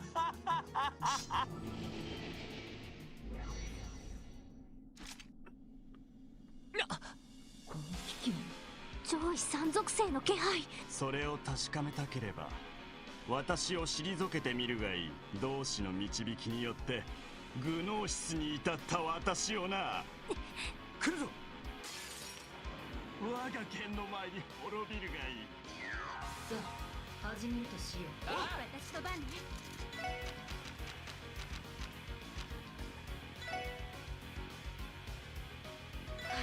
私の番か。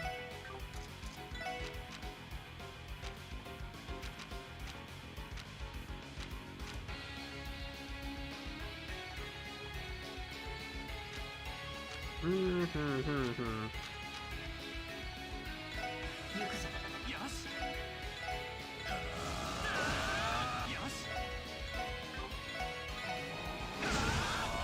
行くぜ。 Yep, had a feeling as much. Had a feeling as much. Ah, come on, Ellie. Come on, Ellie. Good. 任せてくれ。これで決める。任せて。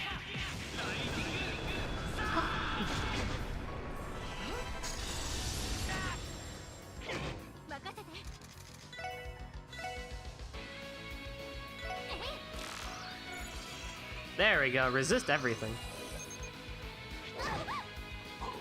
This is gonna be a bit tricky then.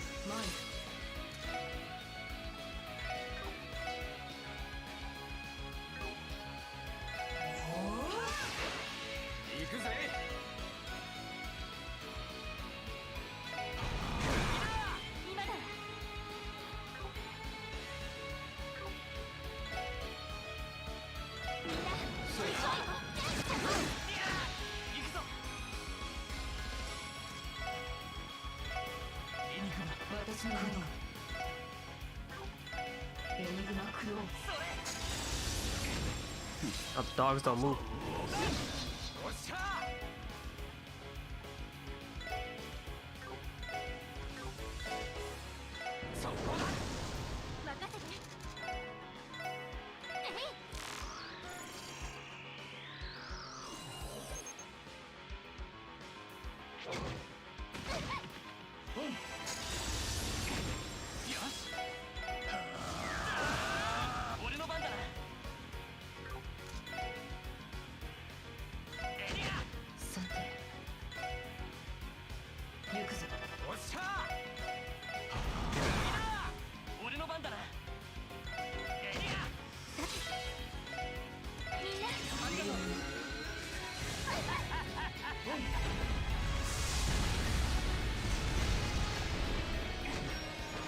Nice.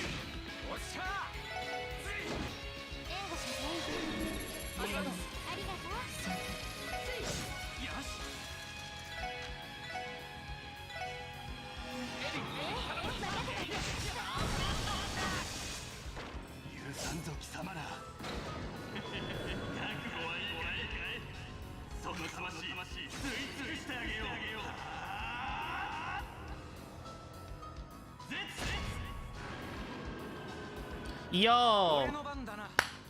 Tio! Tio with the save! Oh my god, yes. Get absolutely wrecked, Ernest. Get wrecked. Holy crap. Oh my god, that was amazing. You go, Tio. That was so clutch.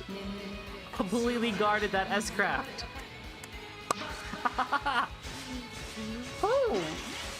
My mind was getting ready for panic mode, like, alright, here we go. Who do we gotta heal? Who do we gotta heal? And then guard.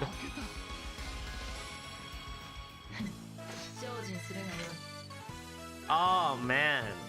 Oh man.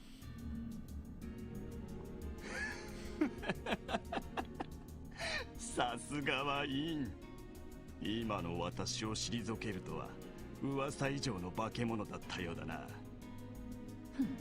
それ以外の者どももここまで食い下がるとは正直予想外だったぞ。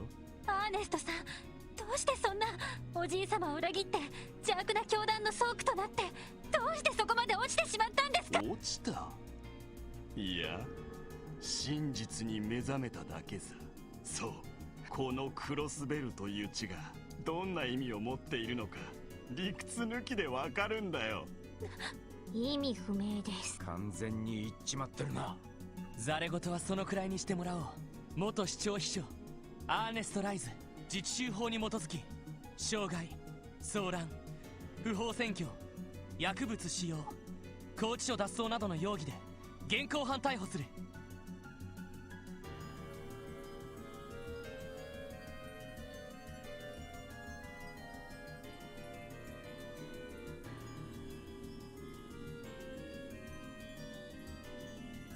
おとなしく捕まってもらうぞ。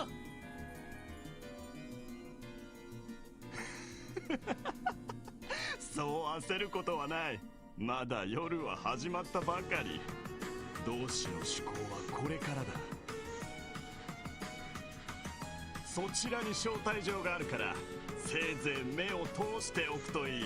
何？あれはそれではまた会おう。君たちがこの先の七を見事切り抜けられたらな。逃がすか。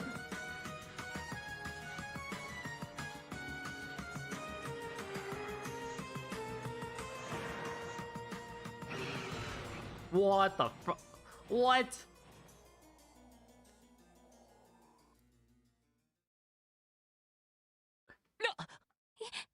今のは星見の塔にもいた太古の翼竜。おいおい、めちゃくちゃすぎんだろ。さすがに追うのは無理か。時が惜しい。とっとと目を通すとしよう。その同志とやらが用意した招待状とやらをな。ああ、そうだな。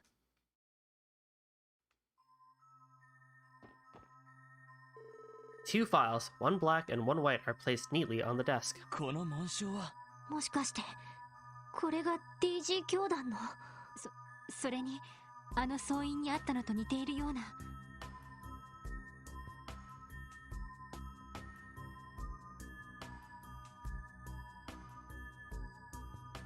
あの薄気味悪い悪魔が現れやがった場所か。ほう、そんな場所があるのか。あんたが待ち受けていた塔と似たような場所でね。それはともかく。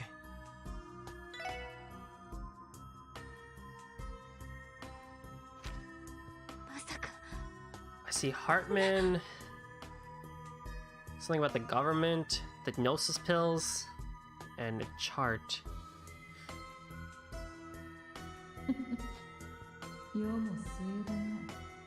まさかハルトマン議長さえも取り込まれていたとは。どうやら何かの弱みを握られて協力させられてたみてえだが、この楽園ってのは何なんだ？わかりません。ひょっとしたら教団のロッジの一つかもしれませんが。いずれにせよハルトマン議長は彼に弱みを握られていた。そして彼がクロスベルに潜伏するのをルバーチェに手伝わせたのか。許せない。自治州代表の一人でありながら、なんという愚劣なことを。こんな人のためにおじい様は長年苦労して、お父様はクロスベルを捨てて。エリー、考えに浸るのは早い。この黒いファイルによれば、グノーシスを製造している場所は病院ではなく別の場所。そして出荷リストによれば、マフィア以外にもかなりの量がどこかに流れているらしい。ああ、どうやら彼はここ以外にも拠点を持っていることになる。ひょっとして行方不明の人たちはそこに。ありえそうですね。一体どこにあるんでしょう。そのマフィア以外の卸先ってのも気になるな。おい、まさかヘイユエとかいうオチじゃねえだろうな。あのツァオがそんなものに手を出すほど可愛げがあるものか。可能性があるとすれば、どこぞの野心的な製薬会社、もしくはテロリストや傭兵団、各国の諜報機関もあり得るだろう。確かにな。つくづくクロスベルという地の得意性が恨めしくなるわね。ああ、こちらの白いファイルも確かめてみよう。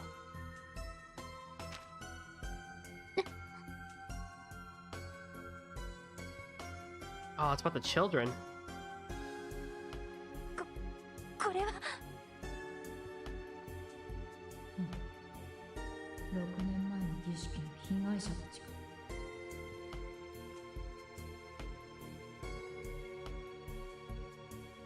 ゲドウがこんなものを。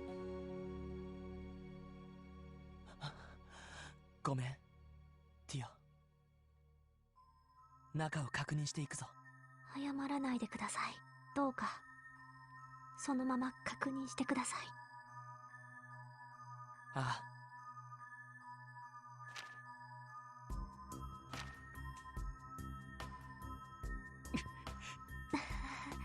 この頃の表情に比べたら少しはマシになりましたよね。ティオ、言うまでもないわ。見違えるほど可愛くなったと思うぜ。お世辞でも嬉しいです。ロイドさん、どうか確認を。わかった。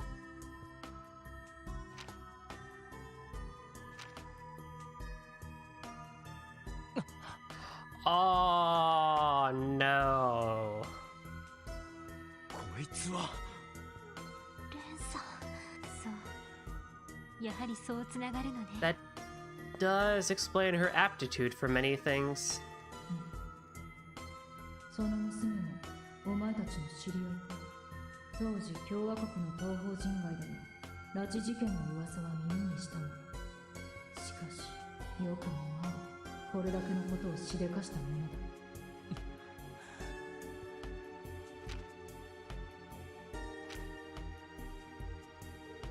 Oh yeah? キーヤちゃん、そんな。野郎、まさかとは思ったが。例のオークションでお前たちが保護した少女か。この写真だけ新しいようだが、最近撮ったものということか。ああ、多分そうだろう。くそ、最初から知っていたのか。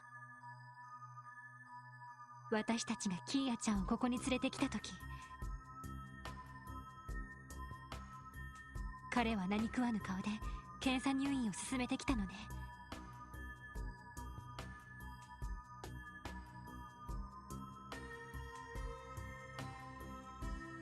おそらくそうでしょうね。 Oh, hi Ren. Hi. 何？この声は。あ、レンちゃん。おいおい、君はいつからそこに？気配を感じなかった。どうやらただものではなさそうだな。あなたと同じくらいにはね。改めて自己紹介を。ウロボロスの執行者ナンバー15、選別天使レンよ。お見知りおきを。エステルたちから聞いた通りか。ウロボロス。なるほど、野生狼の同類か。あら、バルタンのことを知っているの？前に一度やり合ったことがある。 That makes sense because they're both from the eastern side. 結局決着がつかずに取り逃がしてしまったがな。彼も同じように思っているでしょうね。レンが結社に戻っていれば一緒に誘ってもよかったけど、それともブラブラあたりを誘った方が喜んでくれたかしら。かの怪盗の名まで出てくるか、ウロボロス。なかなか興味深い連中だ。あなたタみたいな人が今までスカウトされていないのは何か理由でもあるのかしら。たわごと。レン、ひょっとして結社も関与しているのか。この研究室の主が起こそうとしている企みに。それはないわ。レンはあくまで個人的な理由で。ヨアヒム・ギュンター、聖ウルスラ医科大学准教授にして DG 教団幹部司祭。You know, once again, did not see that one coming. That's a surprise. すべての儀式の成果を集めて闇に消えたグノーシスの開発者。これでやっとレンの知りたいすべてが揃ったわ。そうか。あの白いファイルですか？当たりはついていたけど決定的な証拠はなかったから。彼の怪我も治ったし、お兄さんたちにも助けてもらった。これでやっとこの地にとどまる理由は一つだけになったわ。エステルたちに会ったら伝えておいてちょうだい。レンを捕まえられる最後のチャンスをあげるって無駄な努力だとは思うけど。君は一体何をするつもりなんだ。この地のレンはキティ、気まぐれに観察するだけの存在。お兄さんたちを助けるつもりもあえて邪魔するつもりもないわ。でもまあ一つだけ忠告してあげる。あの子は多分全ての鍵。これ言われるまでもないと思うけど。全ての鍵。ひょっとしてキーヤちゃんのこと？そろそろレンは行くわね。それでは皆様、グーテンアーベント。おい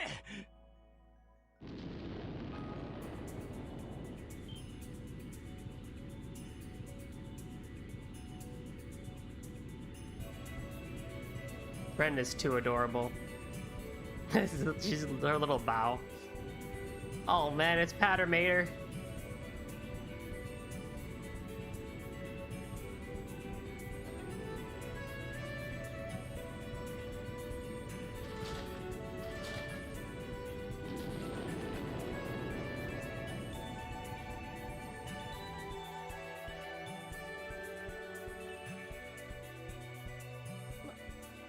私たち夢でも見ているの？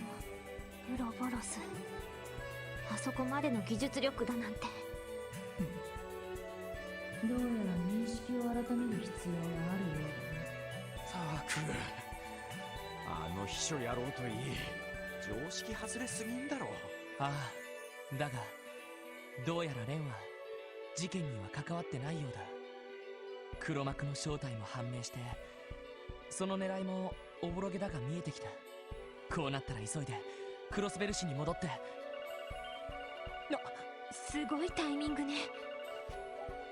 はい、特務支援課ロイド・バニングスです。よかった、無事だったのね。私よ、警備隊のソーニャ・ベルツ。ソーニャ副司令、今どちらにいるんですか？ちょうど病院に到着したところよ。これから部隊を突入させるけど問題ないかしら？そうですか。マフィアたちは一通り制圧している状態です。病院内の人たちに声をかけて保護してあげてください。分かったわ。また後で合流しましょう。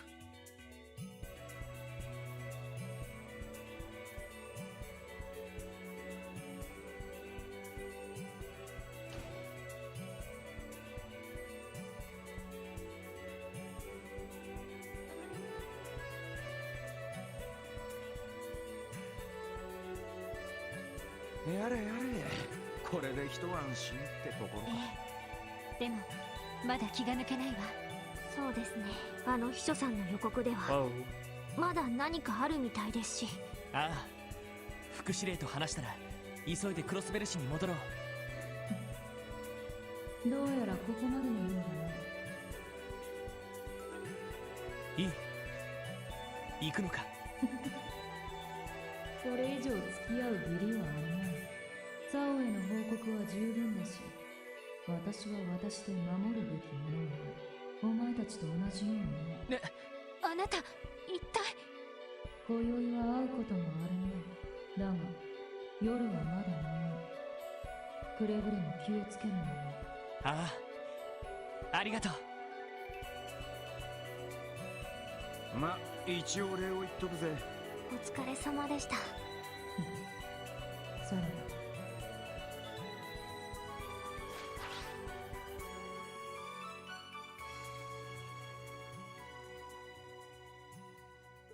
After their goodbyes with Yin, the 4 police officers found Sergeant Major Seeker and Deputy Commander Bales and then gave them a brief rundown of the situation. It was agreed that the Special Support Section would be given a ride back to Crossbow City in a CGF vehicle. そう急いで町に戻るのね。ごめん、セシルね。本当だったら復旧の手伝いをしなくちゃいけないのに。気にしないで。警備隊の方々もいるし、あなたたちはあなたたちにしかできないことをするべきよ。キーヤちゃんの身が危ないかもしれないんでしょ。ああ、正直ヨアヒム先生の狙いはまだはっきりとはわからない。この混乱した状況で俺たちがどう動くべきかも。でもキーヤはあの子だけは必ず守ってみせる。私も同じくです。絶対に守ります。ま、危ない野郎のもとには意地でも戻させないっすから。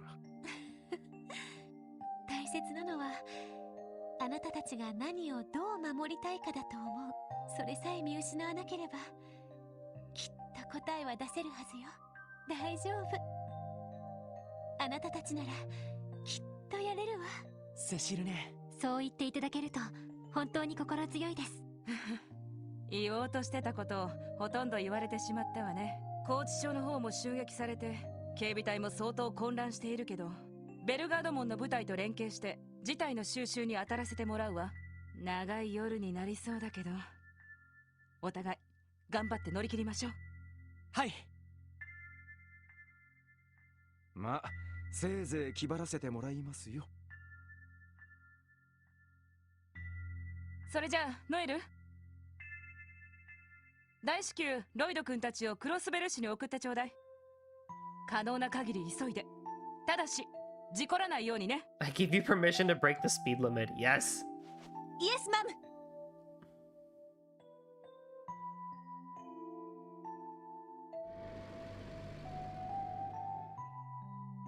さてと、病院内の復旧に戻りましょう。セシルさん、研究棟に案内してもらえる？ええ、わかりました。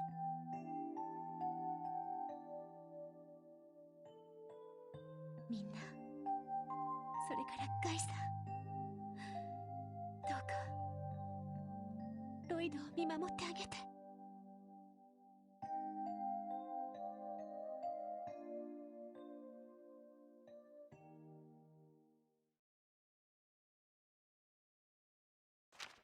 お疲れ様でした。 The citizens' adulation? Yes! Is that actually what the achievement was? Oh, that's amazing. I like that. The same day, 8:45 p.m. I think we'll continue going on for at least for another hour or so. And then, based on that, I'll make a decision on how we want to proceed. But we'll go for another hour at least.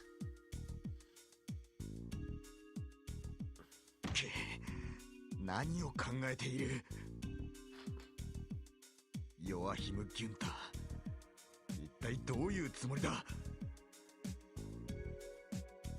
どうして自分が不利になる情報をわざわざ残したりする？確かにな。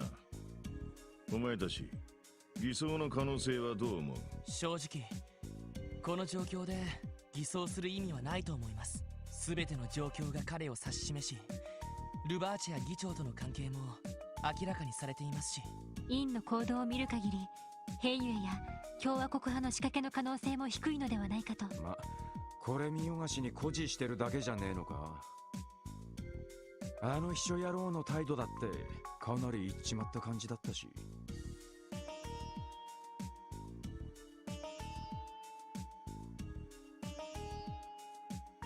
同感です。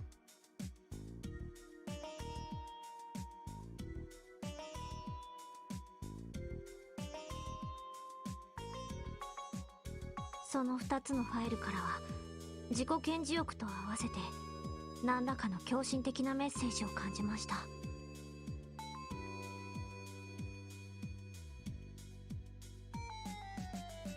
それもおそらくキーヤについて。なるほどな。そこまでこだわらせる何かをあの子が持っているのか。バカバカしい。ただの能天気な子供でしょう。こんなことをしてまで一体何をしようって言うんです。さてな。だがこの白いファイルに彼女の写真が挟まっていたことの意味。ロイド、どう思う？はい。6年前までに行われていたいくつもの非道な儀式の数々、その締めくくりとしてキーヤを利用するというメッセージかもしれません。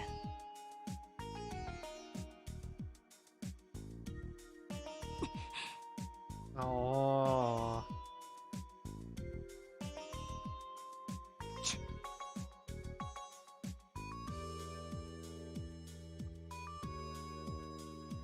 絶対にさせません。なあ、もちろんだ。ダドリーさん、上層部の方はどうですか？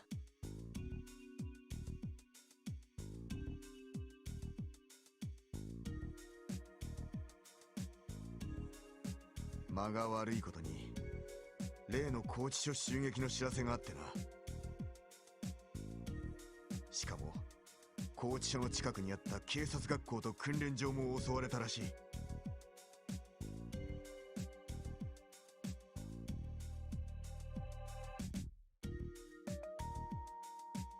そちらへの対応で警察本部は蜂の巣をつついたようになっている。わかりました。これ以上は当てにはできません。遊撃士協会に頼んでキーヤを外国に逃がしましょう。ロイド、それは。もちろんアリオスさんかエステルたちに任せることが条件だ。リベールあたりなら安全だろうし、教団の手も届きにくいはずだ。I see, yeah. 確かにそいつが一番安全かもしれんな。Send her to Cassia's Bright. だがいいのか？お前自身の手であの子を守れなくなっても。俺のこだわりやプライドなんてどうでもいいんです。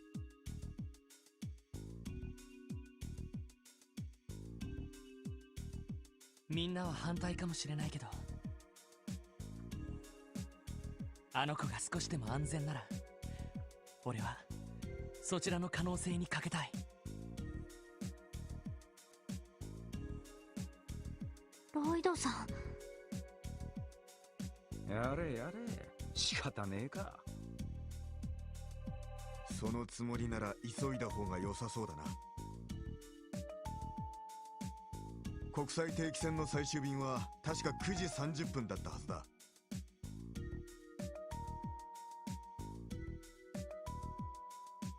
急げば今夜中にリベールへあの子を逃がせるかもしれん。よし、ギルドに連絡しろ。アリオスあたりが戻っていたらそのまま任せればいい。奴なら娘とキーヤの2人、何があっても守りきれるだろう。はい。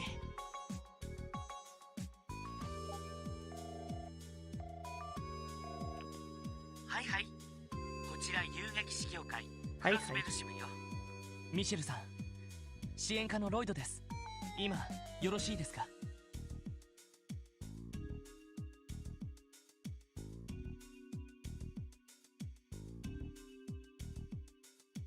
あら、坊やだったの。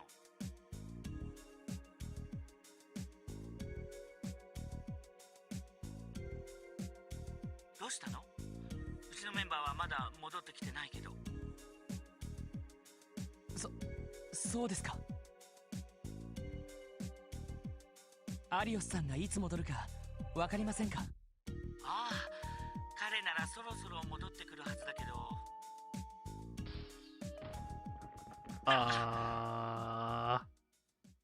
That did not sound good. なんなのあんたたち。ここはブレイサーギルド。That's not good. ミシェルさん、どうしたんですか？ダメだ。通信機がやられたのか。おい、何があった？遊撃士協会が何者かに襲撃されたみたいです。通信が切れる直前に機関銃の音がしていました。まさか操られたマフィアどもか。可能性は高そうだな。いや、そのマフィアの襲撃にしてはちょっと気になることが。何？そうだ、違和感があったのは、そうだ、あれはマフィアが使っていた重機関銃の音じゃなかった。 Those were different. どういうことだ？この音は。早く出ましょう。ロイド、通信機が鳴ってるよ。ああ、すぐに出る。ごめんね、しずくちゃん、うるさくしちゃって。いえ、何かあったんですか？はい、特務支援課です。ロイドさん、よかった、無事につながって。その声はノエル総長か。はい、先ほどはどうも。実はロイドさんたちにお伝えすることがあるんです。ベルガード門の部隊との連絡が完全に途絶しました。なんだって？一体何があったんだ？わかりません。こちらも現在確認中で、一応そちらにも伝えるよう副司令に指示されました。わかった、情報感謝する。そうだ、こちらも伝えることがあるんだ。市内でギルドが。わかりました。副司令に伝えておきます。何が起きているのかわかりません。くれぐれも気をつけて。ああ、そちらこそ。警備隊方面で何があった？ベルガード門の部隊との連絡が完全に途絶したそうです。今現状を確認中とのことでした。なんだと？一体何が？サイト。なんだ、外に何かいるのか？囲まれてる。気をつけろ。なんか集まってきてるって言ってるみたい。本当か？ひょっとして遊撃士協会を襲撃した？間違いなさそうだな。Oh man, get the kids, get the kids! 総員、脱出の準備を。ロイドとランディはキーヤと雫を連れて行け。はい、あいさ。ティオは周囲の警戒を。エリーはフォローに回れ。はい、了解しました。ダドリー、しんがりは俺とお前で持つぞ。Sergey has a shotgun, of course he does. Let's do this! キーヤ、しっかり捕まっててくれ。しずくちゃん、失礼させてもらうぜ。親父さんに比べりゃ頼りねえだろうが勘弁な。そんなことよろしくお願いします。よし、なるべく陣形を崩さずに。Oh shit!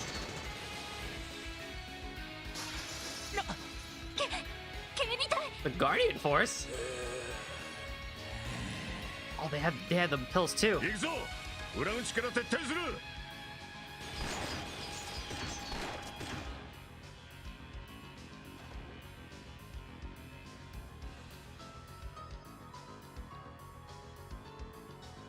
Where do we even go? まさか今のはベルガード門の警備隊か？ああ、見知った顔がいたぜ。まさかマフィアと同じように操られているというの？その可 How 能 did 性 the は高 drugs そうで get す。 into their system, though, I wonder? とにかくなんとか警察本部まで。ま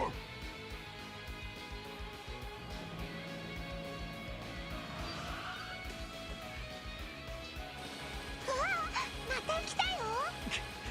あっちは無理か。一旦中央広場に出るぞ。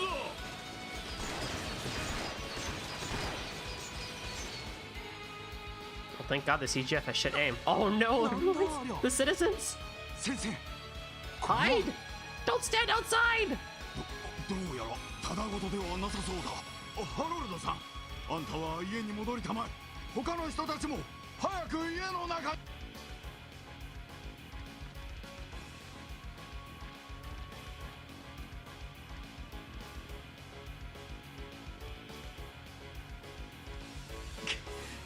どうすれば。警察本部に行くならこのまま行政区に。ダメです。 We're gonna have to fight. That or we get saved by the actual CGF or bracers. 裏通りを抜けろ。はい。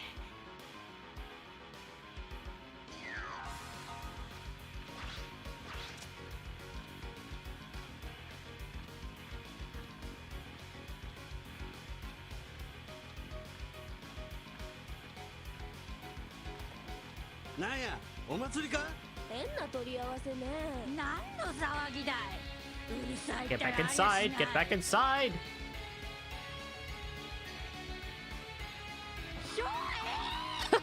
なんやねん。No.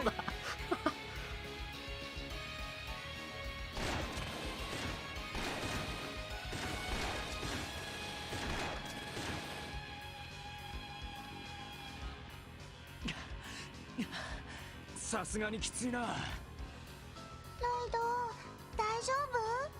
私降ります。いや、大丈夫だ。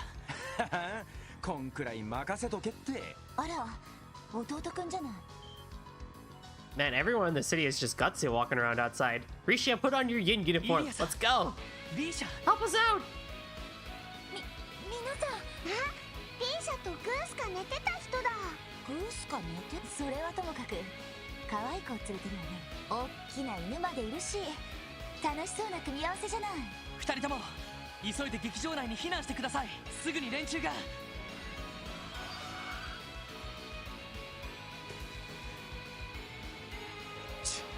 なんだい持ち出してんだっつうの。アトラクションか何か？ We wouldn't be shooting at them if they were. 気合が入ってるじゃない。とにかく避難してください。おい、何をしている。警察本部に急ぐぞ。はい。 Well, at least the CGF is more interested in us than they are the citizens, but even so. わあ、すごいライブ感じゃないの。よーし、こうなったら私も。イリアさん、いいから避難しましょう。リーシャ、引っ張らないでってば。 They're still gutsy though. 君たち、どういうつもりだ。警備隊司令の命令かね。ことと次第ではただでは済まんぞ。こ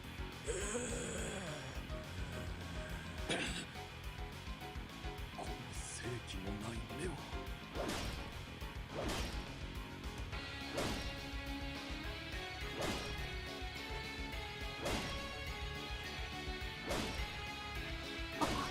まさか本部が。視聴者も。あのシャッターは簡単には破れん。追っ手が来る。噴水前を迂回して中央広場に戻るぞ。はいさ、ほら、みんな。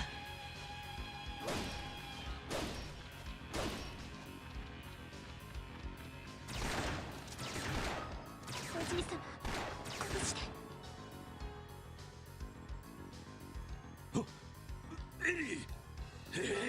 そこどきたまえ。私の孫娘たちに一体何をするつもりか。市長、どうか落ち着いて。危険です。お下がりください。一体何があったんだ。議長、ここは中に入った方が。バカ。どうしてこんなことに。 You fucked up, Hartman. まさか彼の仕業なのか。 You fucked up.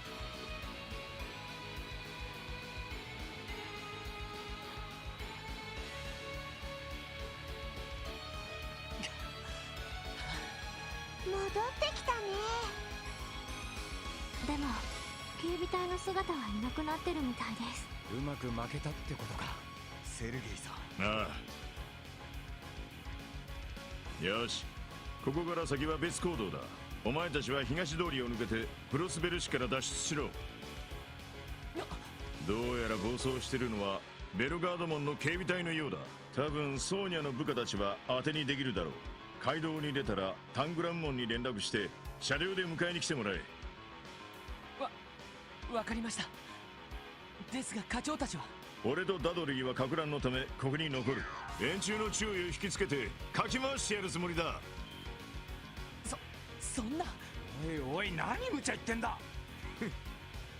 私たち二人ならばか乱してから撤退することなど造作もないことだ。グズグズするな。一刻の猶予もないのだぞ。ダドリーさん、行きましょう。課長気をつけてね。ああ。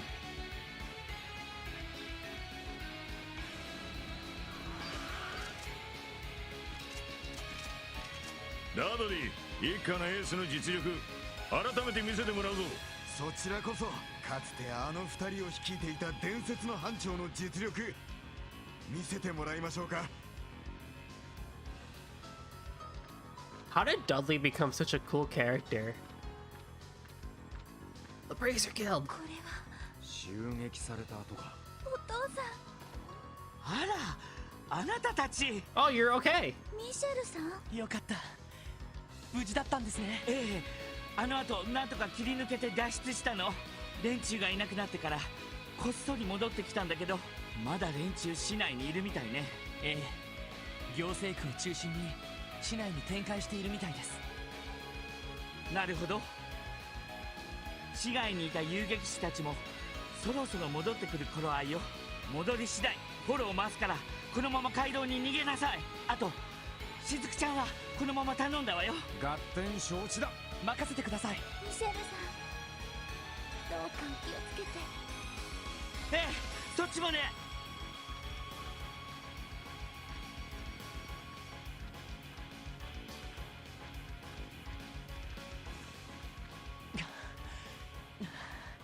さすがにここまで追ってくる気配はないな。ええ、課長たちのおかげでしょうね。無事だといいんですけど。今はエイドスに祈るしかねえな。ああ。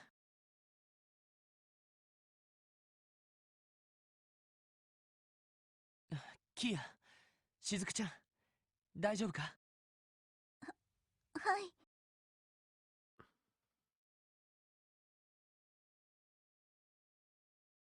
キアも平気だよ。みんなと初めて会った時みたいだね。そうだな。あのオークションからまだ一月ちょっとかよ。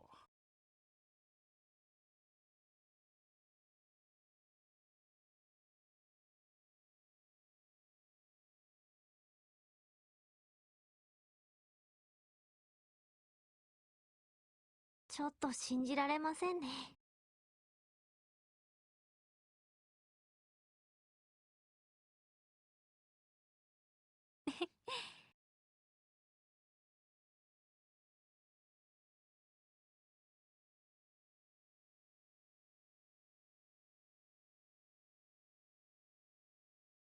さてと、このまま街道に出るとして、先にタングラム門に連絡する？なあ、頼む。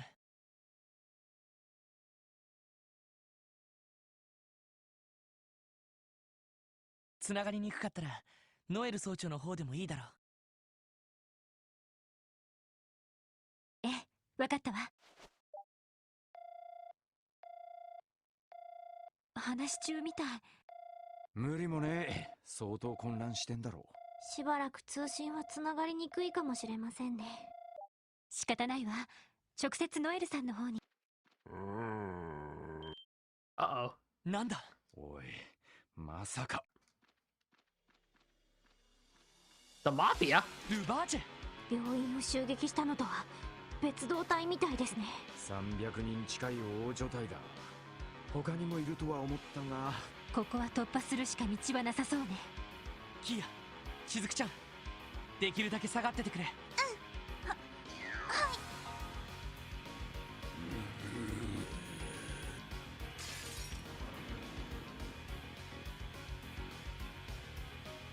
し。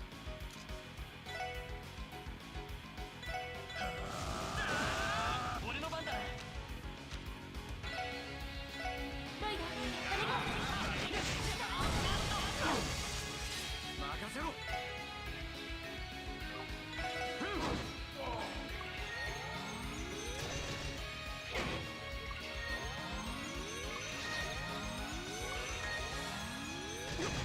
私の番です。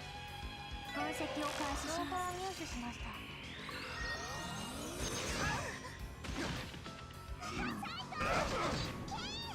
私の番ね。今だ。行きます。リカバーもこれで大丈夫です。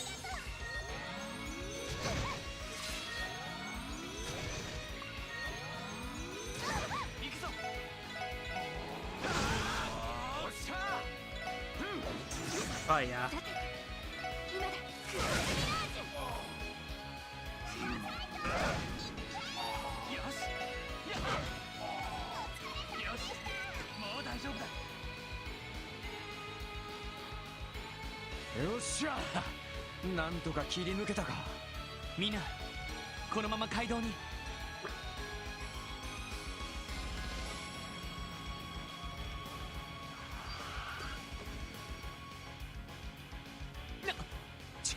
さすがにあれは無理だな。仕方ねえ。一度町に戻って旧市街あたりにでも。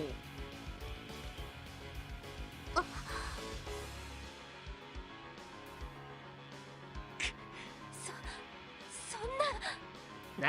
Now is a good time for a Kiseki save. 絶対絶命ってやつか。 Yep. And I approve of this one. This one's a bit sticky. お父さん。なんとかこの子たちだけでも。あれは車がもう一台。 Is that Dieter Croy? Yeah, run him over. このリムジンはさあ早くお乗りなさい。ベル。マリアベルさん。話は後だ。とにかく乗りたまえ。はいキア乗り込むぞ。しずくさん。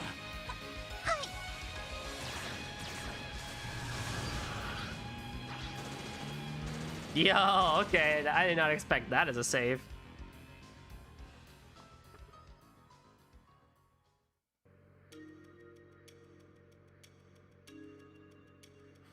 Oh, look at little Kia. Shizuku. They're adorable.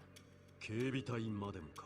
なんというかとんでもない状況ですわね。ええ、正直悪夢を見ている気分です。ところでおじさまたちはどうしたあんなタイミングで。ああ、共和国での商談があってその帰りだったんだが、タングラム門を越えたあたりでマフィアたちの襲撃を受けてね。なんとか振り切って町にたどり着いたら君たちが襲われていたというわけさ。そうだったんですか。いやーしかしマジで助かったっすよ。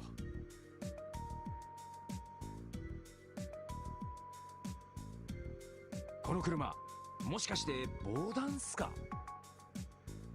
ああ、特注品でね。ガラスも防弾だから簡単には破れないはずさ。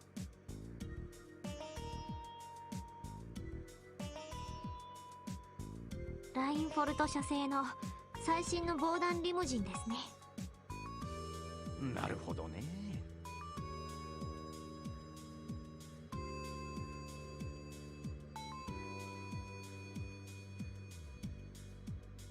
でもさすがに砲撃までは耐えられないでしょうし、お父様このまま IBC に戻っては。ああ、そのつもりだよ。彼らも疲れているだろうから。そんなこれ以上ご迷惑をおかけするわけには。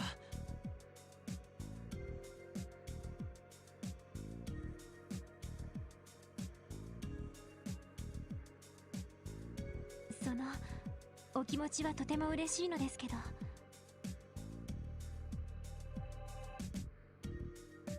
エリー、水臭いことを言わないでちょうだい。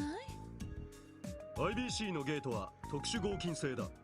簡単に破られることはない。それに IBC 総裁としてクロスベルの治安については無関心でいられない。できれば詳しい事情を君たちから聞かせてほしいんだ。ディーターおじさま。わかりました。ご迷惑をおかけします。決まりですわね。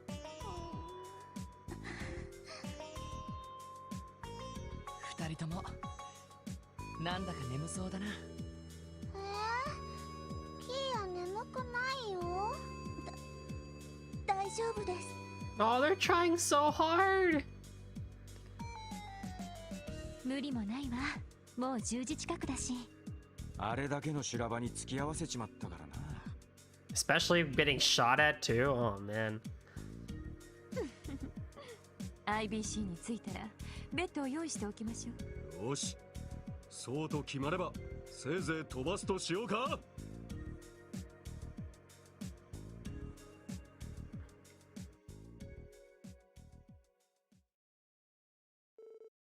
Same day, 10 p.m.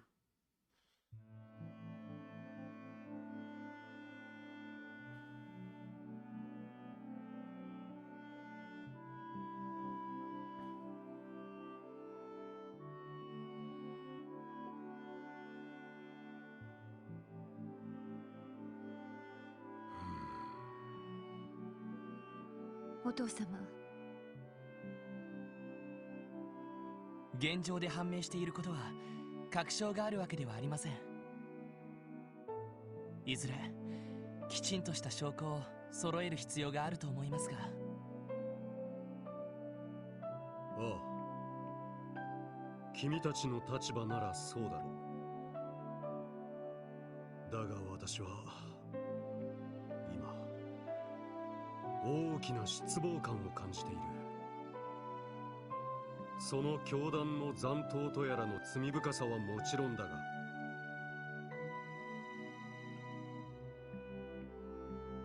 そんな連中につけ込まれ、ここまでの事態を引き起こした愚か者たちには、はい、私とてクロスベルの状況が難しいものであるのは分かっている。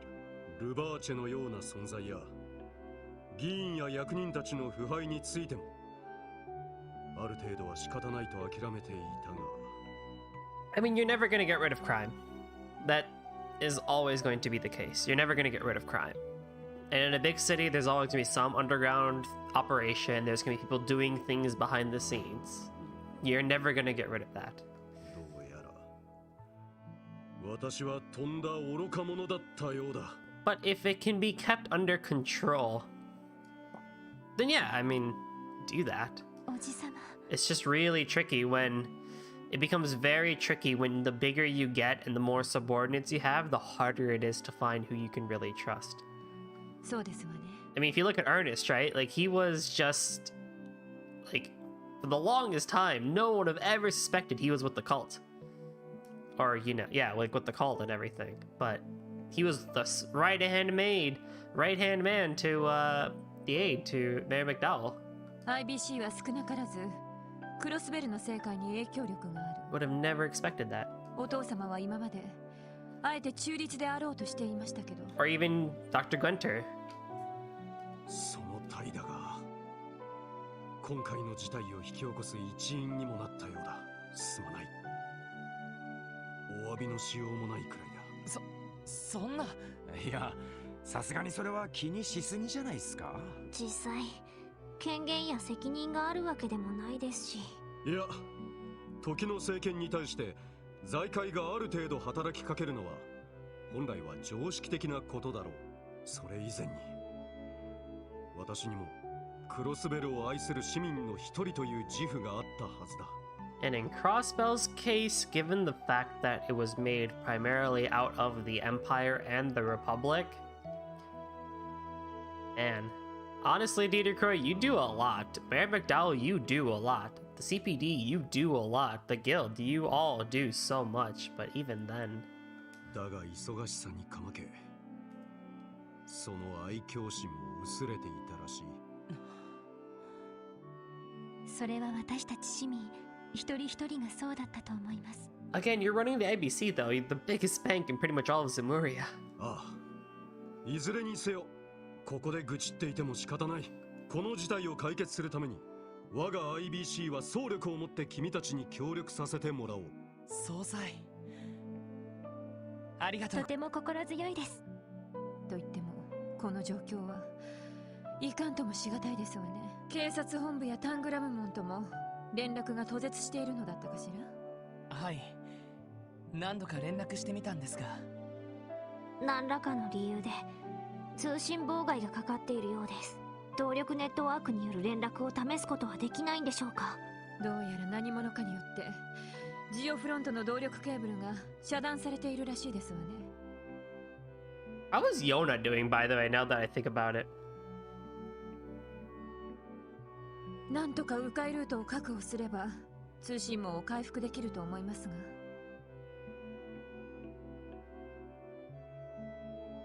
が。ならば技術部のスタッフに最優先でやらせたまえ。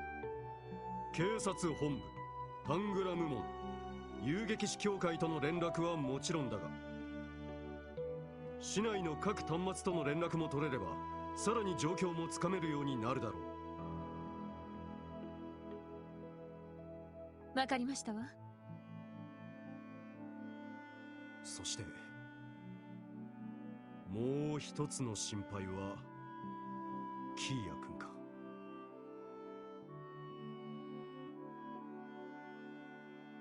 はい、操られた警備隊が俺たちを執拗に追った目的はキーヤの可能性が高いと思います。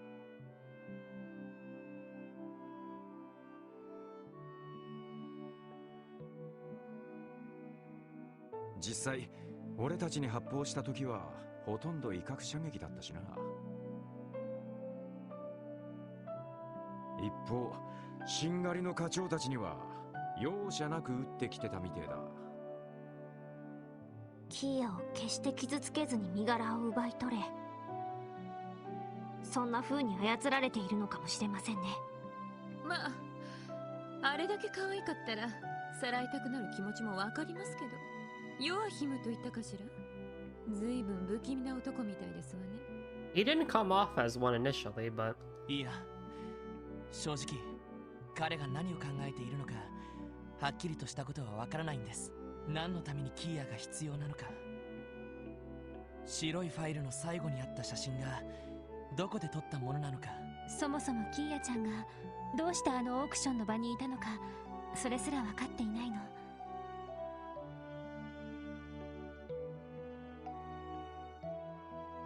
あの子の記憶が戻っていたら手がかりになったんでしょうけど。なるほど、歯がゆいですわね。いずれにせよこれだけの事態を引き起こしたと思われる人物だ。恐ろしく危険な男であるのは間違いないと思った方がいいだろう。 yeah, I think we got that part down. 君たちをこのビルにかくまったのは簡単には特定できないだろうが、万が一のことはあり得る。覚悟だけはした方が良さそうだ。はい、そうっすね。各所との連絡などは引き続き IBC のスタッフにやらせておく。キーヤ君たちも休んだことだし、君たちも少し休憩したまえ。それともベッドを用意しようか。いや、それは遠慮しておきます。それよりこのビルの中で補給できる場所はないですか？少々装備が心もとなくて。確かにさっきはいきなり襲撃されたからな。それなら1階のカウンターで各種のサービスが受けられるよう取り計らっておこう。各メーカーの支社もあるので武器の融通も効くかもしれない。Oh, even better. エプスタイン財団も入ってますから工房機能も使えるでしょうし、緊急時の備えもしていますから食料なども融通できるはずですわ。 Even なる better. ほど、確かに何でも揃いそうな勢いですね。いやー、さすがは天下の IBC ビルだぜ。ご配慮感謝します。それでは少しの間休憩させていただきます。 Take a nap, bros. Take a nap.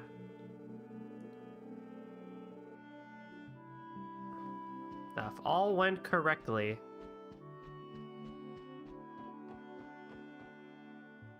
it is time for the final bonding event. エリー、ここにいたのか。ロイド。改めて言うのもなんだけど、大変なことになったよな。市内にいる人たち無事でいるといいんだけど。そうね。エリー、マクダエル市長なら大丈夫だ。警備隊を操る黒幕にも市長を害するメリットはないさ。なんとかこの事態を打破して市長たちを解放しよう。ロイド、そうよね。おじい様は何度も紛争を経験されている。この程度の危機くらいなんとか切り抜けられるはずよね。なあ、あの人なら絶対に大丈夫さ。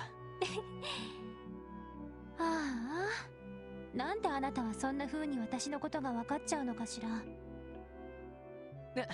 考えてみれば不公平よね。私はもういろいろなものをあなたにさらけ出してしまった。なのにあなたの方はエリー？ That's because I'm a cop. ねえロイド、お兄さんの背中少しは近づいてきた？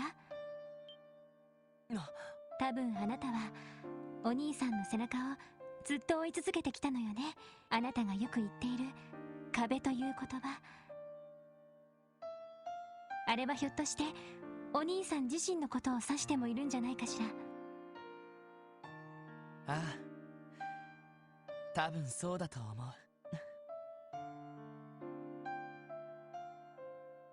昔からさ、兄貴は俺のヒーローだったんだ。どんな逆境にもめげずに何でもやり遂げるすごいやつだけど、3年前いきなりその背中がなくなって途方に暮れてしまって。多分俺は逃げたんだと思う。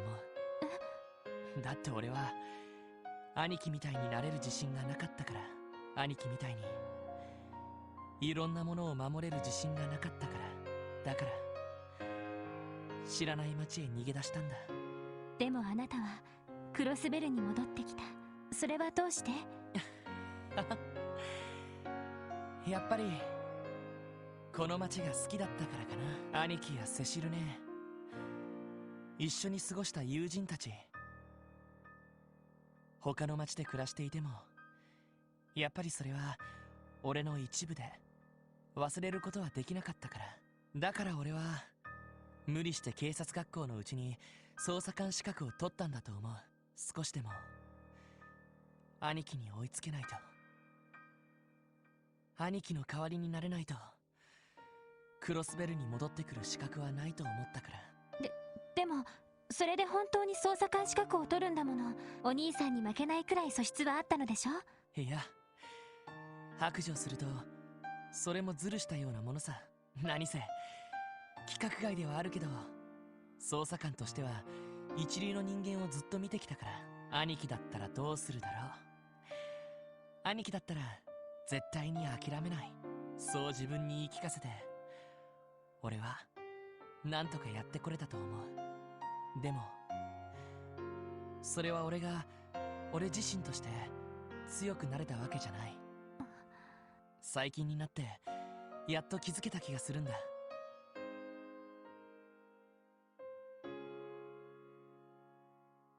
兄貴の背中を追い続けるだけじゃ本当の意味で強くはなれないってね。それに気づけるのにどれだけかかってるんだよって話なんだけど。ロイド、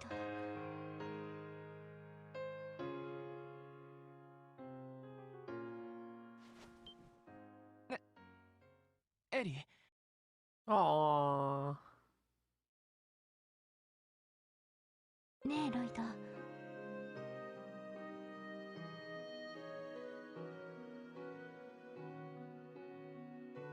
私はガイさんを、あなたのお兄さんを知らない。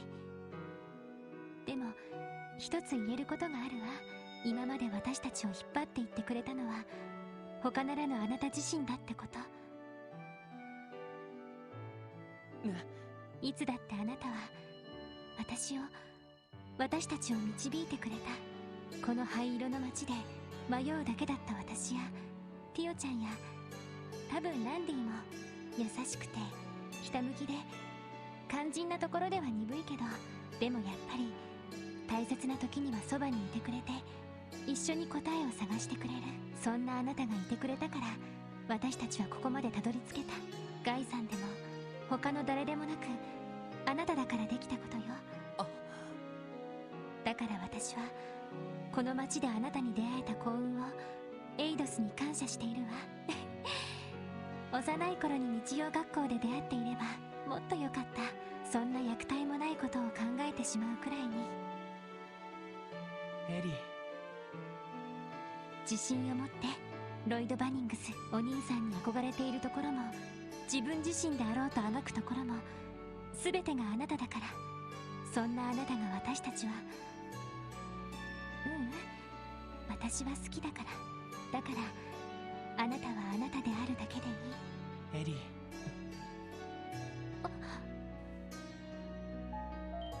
ル内に残っている皆様にお知らせいたします。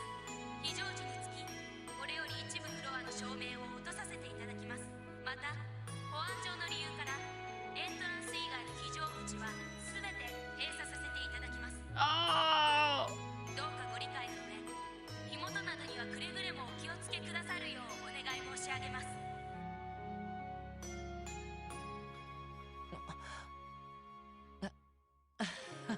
No! No! So close! 私ベルのところに戻るわね。何かおじさまたちに協力できることがあるかもしれないから。ああ、俺も今のうちに補給と装備の確認をしてくるよ。また後でな。さっきの続きは全部解決した後にでも。なんでもない。それじゃあまた後でね。エリー、柔らかかったな。それにいい匂いがして、あともう少しで。じゃなくて俺は俺自身であるだけでいいか。少し前ならそんな風に言われても逆に迷った気がするけど。 Don't worry about it, Lloyd. It took Reen 2 whole games to get to where you got in one. It's okay. でも今は不思議と納得できる気がする。ありがとう、エリー。Although at Reen's defense, a giant robot took him away to the mountains where he slept for a month, so I can't entirely blame him. Oh yeah, also his country went into civil war. Can't blame him there either. It still took him 2 games. Don't worry about it, Lloyd. We'll get there next time. Ah, man. Oh man, Star Blast 2, attack, power, range, and area effect have all been improved, and they can act sooner after use. Even better in elite company. Oh man. Alright, chat. So, given where we are, I can only say that the next stream itself will be the ending of the game. And that's gonna be pretty exciting. So rather than do the finale tomorrow, I think I'll just keep the same schedule and we'll come back on Monday to finish the game. Depending on how things are, we may not start Azure immediately, but that's contingent on a few background life things that are happening. So that's why I'm going to continue and finish the game on Monday.